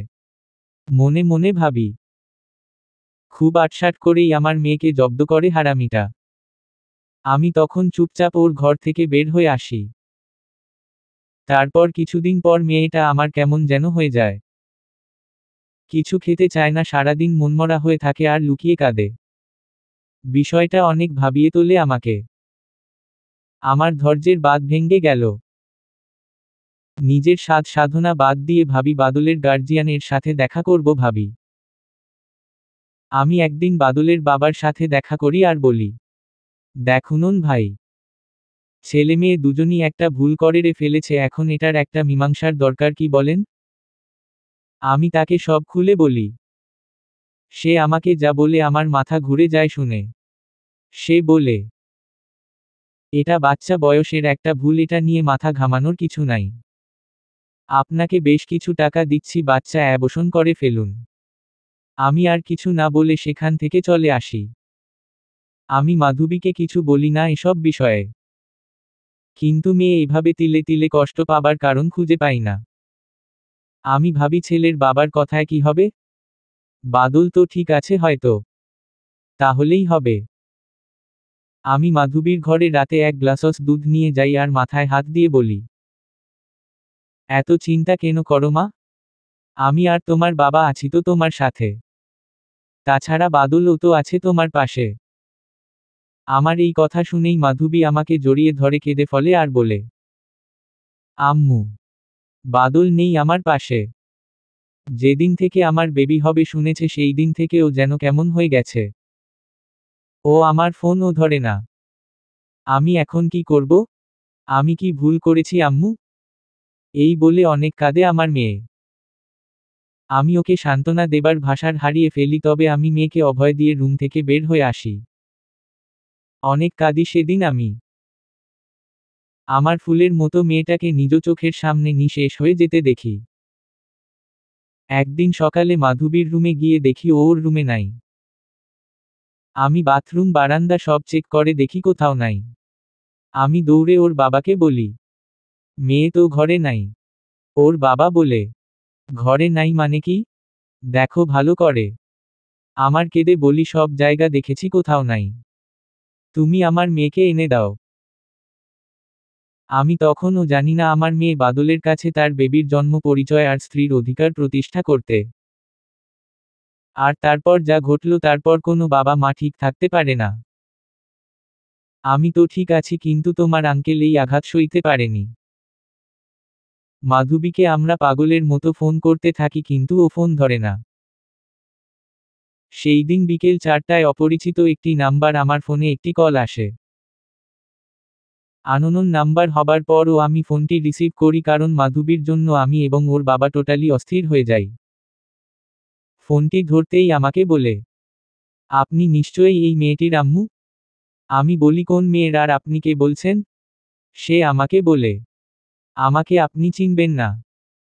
এই ফোনে আম্মু নামে সেভ করা ছিল, তাই বললাম আপনি মেয়েটির আম্মু। আমি আবারও বললাম, কোন মেয়ে? আমাকে সে বলে, এই ফোন যেই মেয়েটির, সে এখন হসপিটালে। প্লিজ আপনারা আসুন। আমি অস্থির হয়ে তাকে জিজ্ঞেস করি, কোন হাসপাতালে আছেন? সে আমাকে অ্যাড্রেস দিল। আমি শুধু তাকে একটা রিকোয়েস্ট করে বলি, বোন আপনি যেই হন প্লিজ আমরা আসা পর্যন্ত আপনি ওর পাশে থাকুন। তারপর আমি আর মাধবীর বাবা পাগলের মতো হাসপাতালে গিয়ে উপস্থিত হই।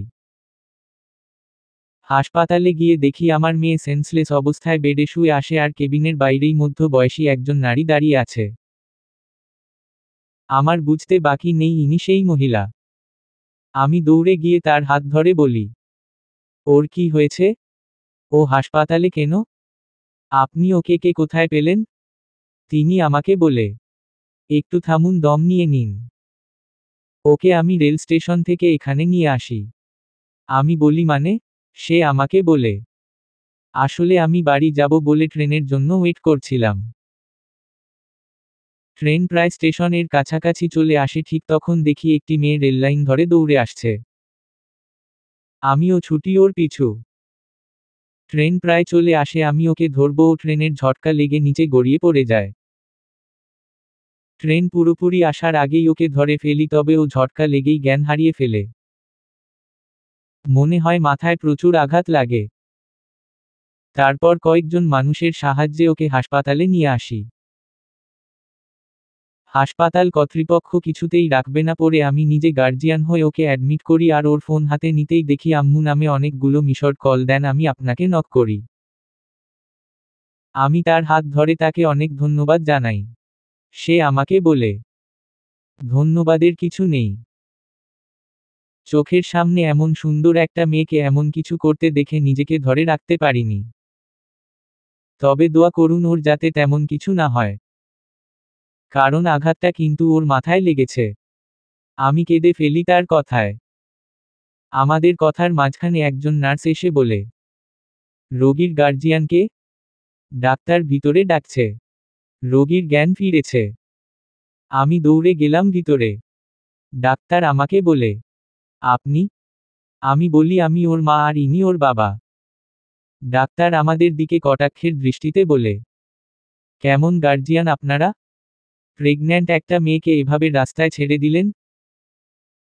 দেখে তো দুজনকেই শিক্ষিত মনে হয়, বাট কাজকর্ম তো মূর্খের মতো। সেই দিন ডাক্তার আরও অনেক ন্যারো কথা বলে আমার মেয়ের এমন কন্ডিশন দেখে আমাদেরও পড়ে বলে, দেখুন মাথায় প্রচণ্ড আঘাতে আপনার মেয়ে মানসিক ভারসাম্যহীন হয়ে গেছে। এক কথায় আমরা যাকে পাগল বলি। আর এই আঘাতে তার স্মৃতি থেকে বিশেষ কিছু মুছে গেছে বলে আমরা অনুমান করছি। তবে চূড়ান্ত কিছু রিপোর্ট আসলে বলতে পারবো, আর তার এই স্মৃতি ঠিক হতে 1 মাস বা 6 মাস, এমনকি 6 বছরও লাগতে পারে। এখন ভিতরে যান, দেখুন আপনাদের দেখে কেমন রিয়েক্ট করে। কথাগুলো শুনে আমি যেন শূন্যে ভাসতে থাকি। আর মাধবীর বাবা সেখানে মাথা ঘুরে পড়ে যেতে লাগে, তবুও মনের জোরে মেয়ের কাছে আসে। কিন্তু ভিতরে এসে মেয়ের কন্ডিশন দেখে ওর বাবা সেখানেই স্ট্রোক করে। আমি বাকরুদ্ধ হয়ে যাই। মেয়ে আমার পাগল। একদিকে আমার মেয়ে, অন্যদিকে স্বামী। কেমন অবস্থা আমার তখন আমি বলে বুঝাতে পারবো না। ডাক্তার আমাকে বলে,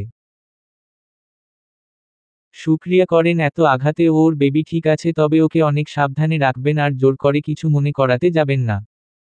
তাতে আরও বিপদ হতে পারে। আমি অসুস্থ স্বামী আর মেয়েকে সাথে করে বাসায় আসি। ওকে ওর রুমে নিতেই ওর খাটের পাশের পুতুলগুলো নিয়ে খেলতে শুরু করে এবং নিজে নিজে হাসতে থাকে। আমি আমার কান্না ধরে রাখতে পারি না। দৌড়ে আমার রুমে চলে আসি। পরদিন আমি বাদলকে ফোন দেই। বাদলকে মাধবী সম্পর্কে জিজ্ঞেস করি যে মাধবী কোথায়? বাদল, সেটা আমি কি জানি? কেন বাসায় নেই? আমি বলি না। বাদল আমার কাছে কাল এসেছিল। আমি তাই নাকি? তো তুমি এমন বললে যে ও ঘরেই আসেনি? বাদল, কি ও ঘরে যায়নি? আমি বলি না। বাদল বলে, আমি ওকে বলেছি এই বেবি নষ্ট করে ফেলতে, তারপর স্বাভাবিকভাবে জীবন যাপন করতে সময় হলে আমি ওকে নিয়ে আসব। আমি তারপর? বাদলও কিছুতেই বাচ্চা নষ্ট করতে রাজি না। পরে আমি রাগে বলি, বাচ্চা না নষ্ট করলে তুই ট্রেনের নিচে গিয়ে মর। এটা বলার পর দেখি কাঁদতে কাঁদতে চলে যায় আমার কাছ থেকে। এটা তো গতকালকের কথা। আজ কেন জিজ্ঞেস করছেন? ও বাসায় যায়নি? আমি প্রচণ্ড রেগে বলি। আরে জানোয়ার! আমার মেয়ে তোর কথা মাথায় নিয়ে মরতে গিয়েছিল ঠিকই, কিন্তু এখন ও মানসিক ভারসাম্যহীন এক পাগল। আমার কথা শুনে বাদল বলে, কি বলছেন? আমি বললাম, আমার মেয়েকে তুই জীবিত মেরে ফেলছিস হারামি। আমি তোকে পেলে ছাড়ব না। আমার নিষ্পাপ মেয়েটার জীবনটা শেষ করে দিলি তুই। আমার কথা শেষ না হতেই ওই হারামি ফোন কেটে দেয়। আবার ফোন দিতেই ফোন বন্ধ বলে। আমার ভেতরের অশান্তি আরো বেড়ে যায়। মনটা চাইছিল ওরে আরো কিছু বলে আমার কলিজা ঠান্ডা করি। যদিও তাতে কোন ফায়দা নেই জানি। তারপর ওর ফ্যামিলিতে গিয়ে সব শেয়ার করি, তবে সেখান থেকেও আমি খুব স্মুথলি রিফিউজ হই বরাবরের মতো। এরপর থেকেই শুরু হয় আমার মেয়েকে নিয়ে আমার জীবন যুদ্ধ। আমি তো আমার মেয়েকে ফেলে দিতে পারি না। আমার বুকের ধন আমার চোখের সামনে, অথচ আমাকে একটিবার মা বলে ডাকে না। ইভেন ও আমাকে চিনেও না। আমার ওর কাছে আগের মতো বায়না ধরে না। এই যে কি যন্ত্রণা, আমি তোমাকে বোঝাতে পারবো না মা। যাই হোক, এমন করে প্রতিনিয়ত যুদ্ধ করে কেটে যায় কয়েক মাস। মাধবীর বাবা আর মাধবী বাপ বেটি আমার জীবন লড়াই ও বেঁচে থাকার একমাত্র উৎস ছিল, তাই মন প্রাণ ওদের সেবায় দিন রাত লাগিয়ে ইমপ্রুভমেন্টের আশায় থাকি। মাঝে মাঝে মনে হয় সুস্থ হতে চলেছে, কারণ ওর প্রেগনেন্সিকে কেমন যেন স্বাভাবিকভাবে নেয়ও। মনে মনে কাকে যেন খোঁজে। আমি বুঝতে পারি ও বাদলকে খেজে কিছু বলতে চায়, কিন্তু বলতে পারে না। আমিও কোন প্রকার প্রেশার দেই না। এক বুক আশা নিয়ে অপেক্ষা করতে থাকি, হয়তো মেয়ে আমার মা বলে ডাকবে। আমার কাছে এটা সেটা আবদার করবে। অপ্রয়োজনীয় কিছু আবদার করলে আমি দিব না বললে ও রাগ করবে আমার উপর, বাট আমি ওর রাগ ভাঙ্গাতে সেটা হাজির করব।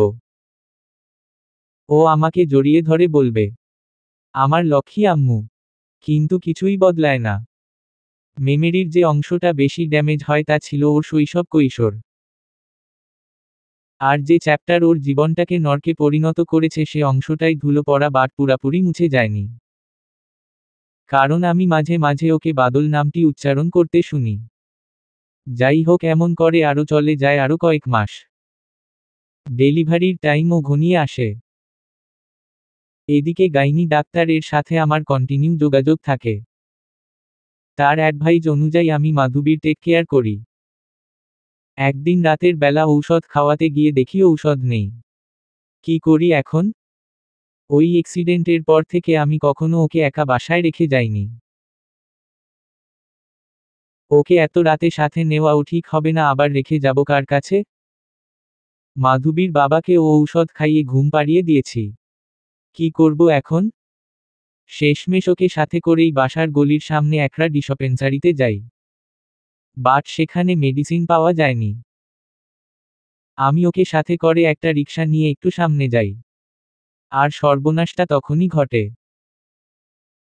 আমি রিকশা থেকে নেমে ঔষধ নিয়ে টাকা দিচ্ছি, ঠিক সেই মুহূর্তে হয়তো ওর কিছু একটা মনে পড়ে যায়, যার দরুন ও সেখান থেকে পালিয়ে যায়। কিছু সময় আমি শুধু ওর হাতটি ছেড়ে দিয়ে ঔষধের দাম দিচ্ছিলাম। মেয়ে আমার অভিমান করে চলে গেল। আমি পিছন ফিরে দেখি আমার মেয়ে নেই। এক মুহূর্তে উধাও। কত খুললাম পাগলের মতো। চিৎকার করে রাস্তায় কাঁদলাম আর মানুষকে জিজ্ঞেস করলাম আমার মেয়েকে দেখেছে কিনা। বাট কেউ ওর খোঁজ দিতে পারল না। সেই তো খোঁজ পেলাম আমার কলিজার, যখন সব কিছু শেষ হয়ে গেল। মাধবীর মা পাগলের মতো কাঁদতে লাগল। সে বলে উঠল, মেয়ে নিয়ে বের হলাম, বাট ফিরে এলাম শূন্য হাতে। ঘরে ঢুকেই দেখি তোমার আঙ্কেল জেগে বসে আছে। কারণ অনেক সময় হয়ে গেছে আমি আর তার মেয়ে আসছি না। তার অভ্যাস ছিল ঘুম চলে আসলে ও অসুস্থ শরীরে মেয়ের খোঁজ নিতে তার রুমে যেত। আমাকে একা দেখে জিজ্ঞেস করল, কি হলো মেয়ে কোথায়, আর তোমাকে এমন দেখাচ্ছে কেন? আমি চুপ। স্ট্রোক করার পোষ ডাক্তার বারবার বলে সে যেন কোনো বিষয়ে উত্তেজিত না হয়। কিন্তু তখন এ খবর দেওয়া ছাড়া কোনো রাস্তা খুঁজে পেলাম না। মেয়ে হারিয়ে গেছে শুনে সাথে সাথে পড়ে যায়। আমিও যেন হুঁশ হারিয়ে ফেলি। হাসপাতালে নিতেই সে আজ হুইল চেয়ারের একজন হয়ে গেল। সাদিয়া উঠে তার পাশে বসে আর বলে, কেঁদো না মা। তোমার মেয়েকে ফিরিয়ে দিবার ক্ষমতা আমার নেই, বাট তার বেবি, তার কষ্টের ফসল এই বেবি তো আছে। এই বলে তার কোলে তুলে দিবে ঠিক তখন তিনি বলেন, এই বেবি তুমি রাখো মা। আমার মেয়ে আমাকে লিখা চিঠিতে রিকোয়েস্ট করে গেছে তোমাকে লিখা চিঠি আর বেবিটা যেন আমি তোমার হাতে তুলে দেই। জীবিত থাকতে তো মেয়ের কোনো কাজে আসতে পারলাম না, অন্তত মরার পরের আশাটা পূরণ করি। সাদিয়া বলে, আচ্ছা ও কি করে এখানে পৌঁছালো? ওর কি আগেই জ্ঞান ফিরেছিল? তোমার চিঠিতে কি লিখা ছিল? মাধবীর মা বলে, ও হাসপাতালে তোমার ওখানে যখন ছিল তখনই নাকি জ্ঞান কিছুটা আসে, আর সেই জের ধরেই কি করে যেন খুঁজে হাসপাতাল থেকে বাদলের ঘর পর্যন্ত চলে আসে। কিন্তু বাদলের বাবা ওর এমন জরাজীর্ণ পোশাক আর বেহাল অবস্থা দেখে বাসা থেকে বের করে দেয়। ও আবার যায় সেখানে আর ওর বাদলকে খুঁজতে থাকে, তারপর দারোয়ান দিয়ে ওকে রাস্তায় ধাক্কা মেরে বের করিয়ে দেয়। দারোয়ান যখন ওকে ধাক্কা মারে ও গিয়ে গেটের পাশে বাড়ি খেয়ে উপুর হয়ে পড়ে রে। তখন বেবিকে সেভ করতে গিয়ে টোটালি চাপটা ওর পেটে গিয়ে পড়ে। একে তো ফুটবল, তার উপর সিজারের জায়গা শুকায়নি, ফলে ওর সিজারের জায়গা থেকে প্রচণ্ড ব্লাড আসে। কোনো রকম আমার মেয়ে উঠে একটা দোকানে গিয়ে একটা কলম আর কাগজ চায়। তখন ও দোকানদার মেয়ের কন্ডিশন বুঝতে পারেনি। মেয়ে আমার তার বেবিকে ওই দোকানদারের কোলে দিয়ে দুটো চিঠি লিখে, একটি তোমার কাছে চেয়ে একটি আমার কাছে। কারণ মাধবী তখন পুরো হুঁশে। চিঠি লিখার এক পড়ায় ও সেন্সলেস হয়ে যেতে থাকলে পাশে থাকা কিছু লোক ওকে ধরে। ও ভাঙ্গা ভাঙ্গা গলায় আমার ফোন নং হাতে দিয়ে আমাকে ফোন করতে বলে। বাট আমার কাছে যখন ওর খবর আসে ততক্ষণে সব শেষ রে মা। সাদিয়া ওই কালপিট মানে বাদলের খবর কি? মাধবীর মা বলে, আমার মেয়ে যেতে যেতে ও বাদলকে নির্দোষ বলে গেছে। ও বলেছে, মা বাদলের কোনো দোষ নাই, ওকে কেউ কিছু বলো না।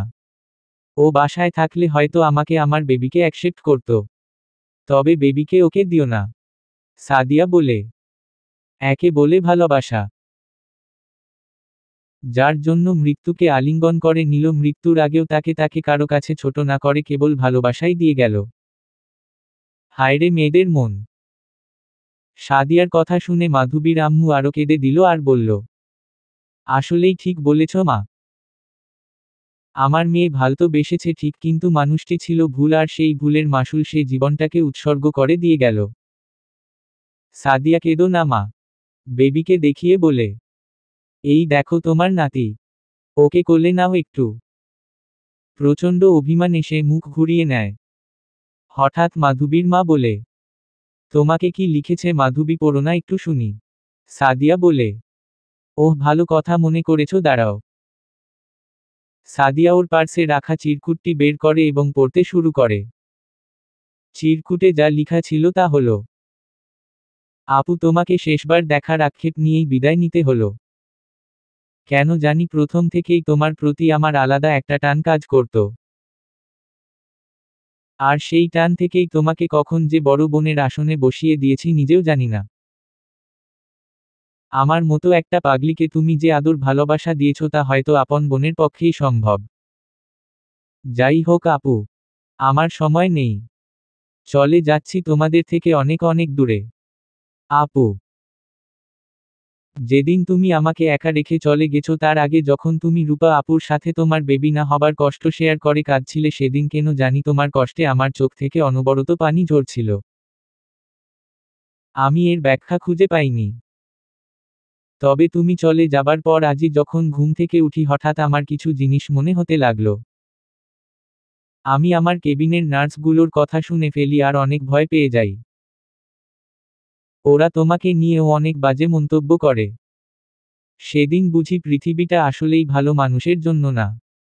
তুমি অনেক ভালো আপুনি। আমার হাতে বেশি সময় নেই আপু। তোমাকে একটা বড় দায়িত্ব দিয়ে যেতে চায় তোমার পাগলি বোন, আশা করি রাখবে। আমার ছেলেটাকে তোমার কাছে আমানত দিয়ে গেলাম সারা জীবনের জন্য। ওকে তুমি তোমার আর হাসান ভাইয়ার আদর্শে মানুষ করো আপু। মনে করো তোমার কাছে এক পাগলি বোনের শেষ ইচ্ছে তুমি রাখবে তো আপু?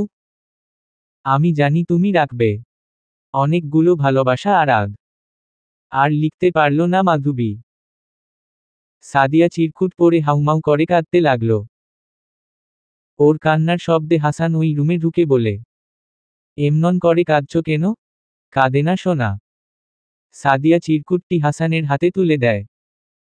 হাসান হাতে নিয়ে তা পরে আর সেও কেঁদে ফেলে। সাদিয়া কাঁদতে কাঁদতে বলে, কেন এমন করে চলে গেলি বোন আমার? একটি রাত ছিলাম না তাই এত অভিমান। আমিও যে তোকে আমার ছোট বোনের আসনে বসিয়াছিলাম অনেক আগেই। কিন্তু তোকে তা বলার আগেই তুই চলে গেলি কেন? সাদিয়া বেবিকে কোলে তুলে নিয়ে বলে, সোনা আমার, আমার মানিক, তুই আমার বোনের একমাত্র ছায়া, আমি তোকে কোনোদিন আমার কাছ থেকে আলাদা হতে দিব না সোনা। মাধবীর মা সাদিয়ার কথাগুলো শুনে কেঁদে দেয়। সাদিয়া তখন বলে, কেঁদো না মা। তোমার ছোট মেয়েকে এনে দিবার ক্ষমতা আমার নেই, তবে তোমার বড় মেয়ে তোমাকে কাঁদতে দিবে না। তুমি বাবা আর বেবি কষ্ট পেলে তোমার পাগলি মেয়েকে আমি কি জবাব দিব বলো? সাদিয়ার কথা শুনে নে মাধবীর মা ওকে বুকে জড়িয়ে কেঁদে বলে, আমার এক মেয়ে হারিয়ে আমি আরেক মেয়ে পেলাম। কিছু কথা আমরা অনেক সময় ভুল করে ভুল একজন মানুষকে সঠিক মনে করে তাকে ভালোবেসে ফেলি। ভালোবাসা ভুল সঠিক বিবেচনা করে হয় না জানি, তবু কাউকে পাগলের মতো ভালোবাসার আগে মানুষটিকে বোঝার সময় নিন। কেউ যখন ভালোবাসে তার পার্টনারকে সারা জীবন পাশে পাবে সেই আশা নিয়েই বাঁচে, তাই আপনি যদি মনে করেন কারো নিঃস্বার্থ ভালোবাসা পাবার যোগ্য আপনি না, দয়া করে মাঝপথে ছেড়ে যাবার লক্ষ্যে তার হাতটি ধরবেন না প্লিজ। ভালোবাসা পবিত্র আর তাকে অপবিত্র করে কিছু নোংরা মনের মানুষ। আর সেই নোংরা মনের মানুষের প্রতারণায় পা দিয়ে মাধবীর মতো সম্ভাবনাময় মিষ্টি মেয়েরা এমন করেই অকালে চলে যায়। প্রিয় পাঠক ও বন্ধুরা, অসংখ্য ধন্যবাদ আমার পাশে থেকে সাপোর্ট করার জন্য। সমাপ্ত।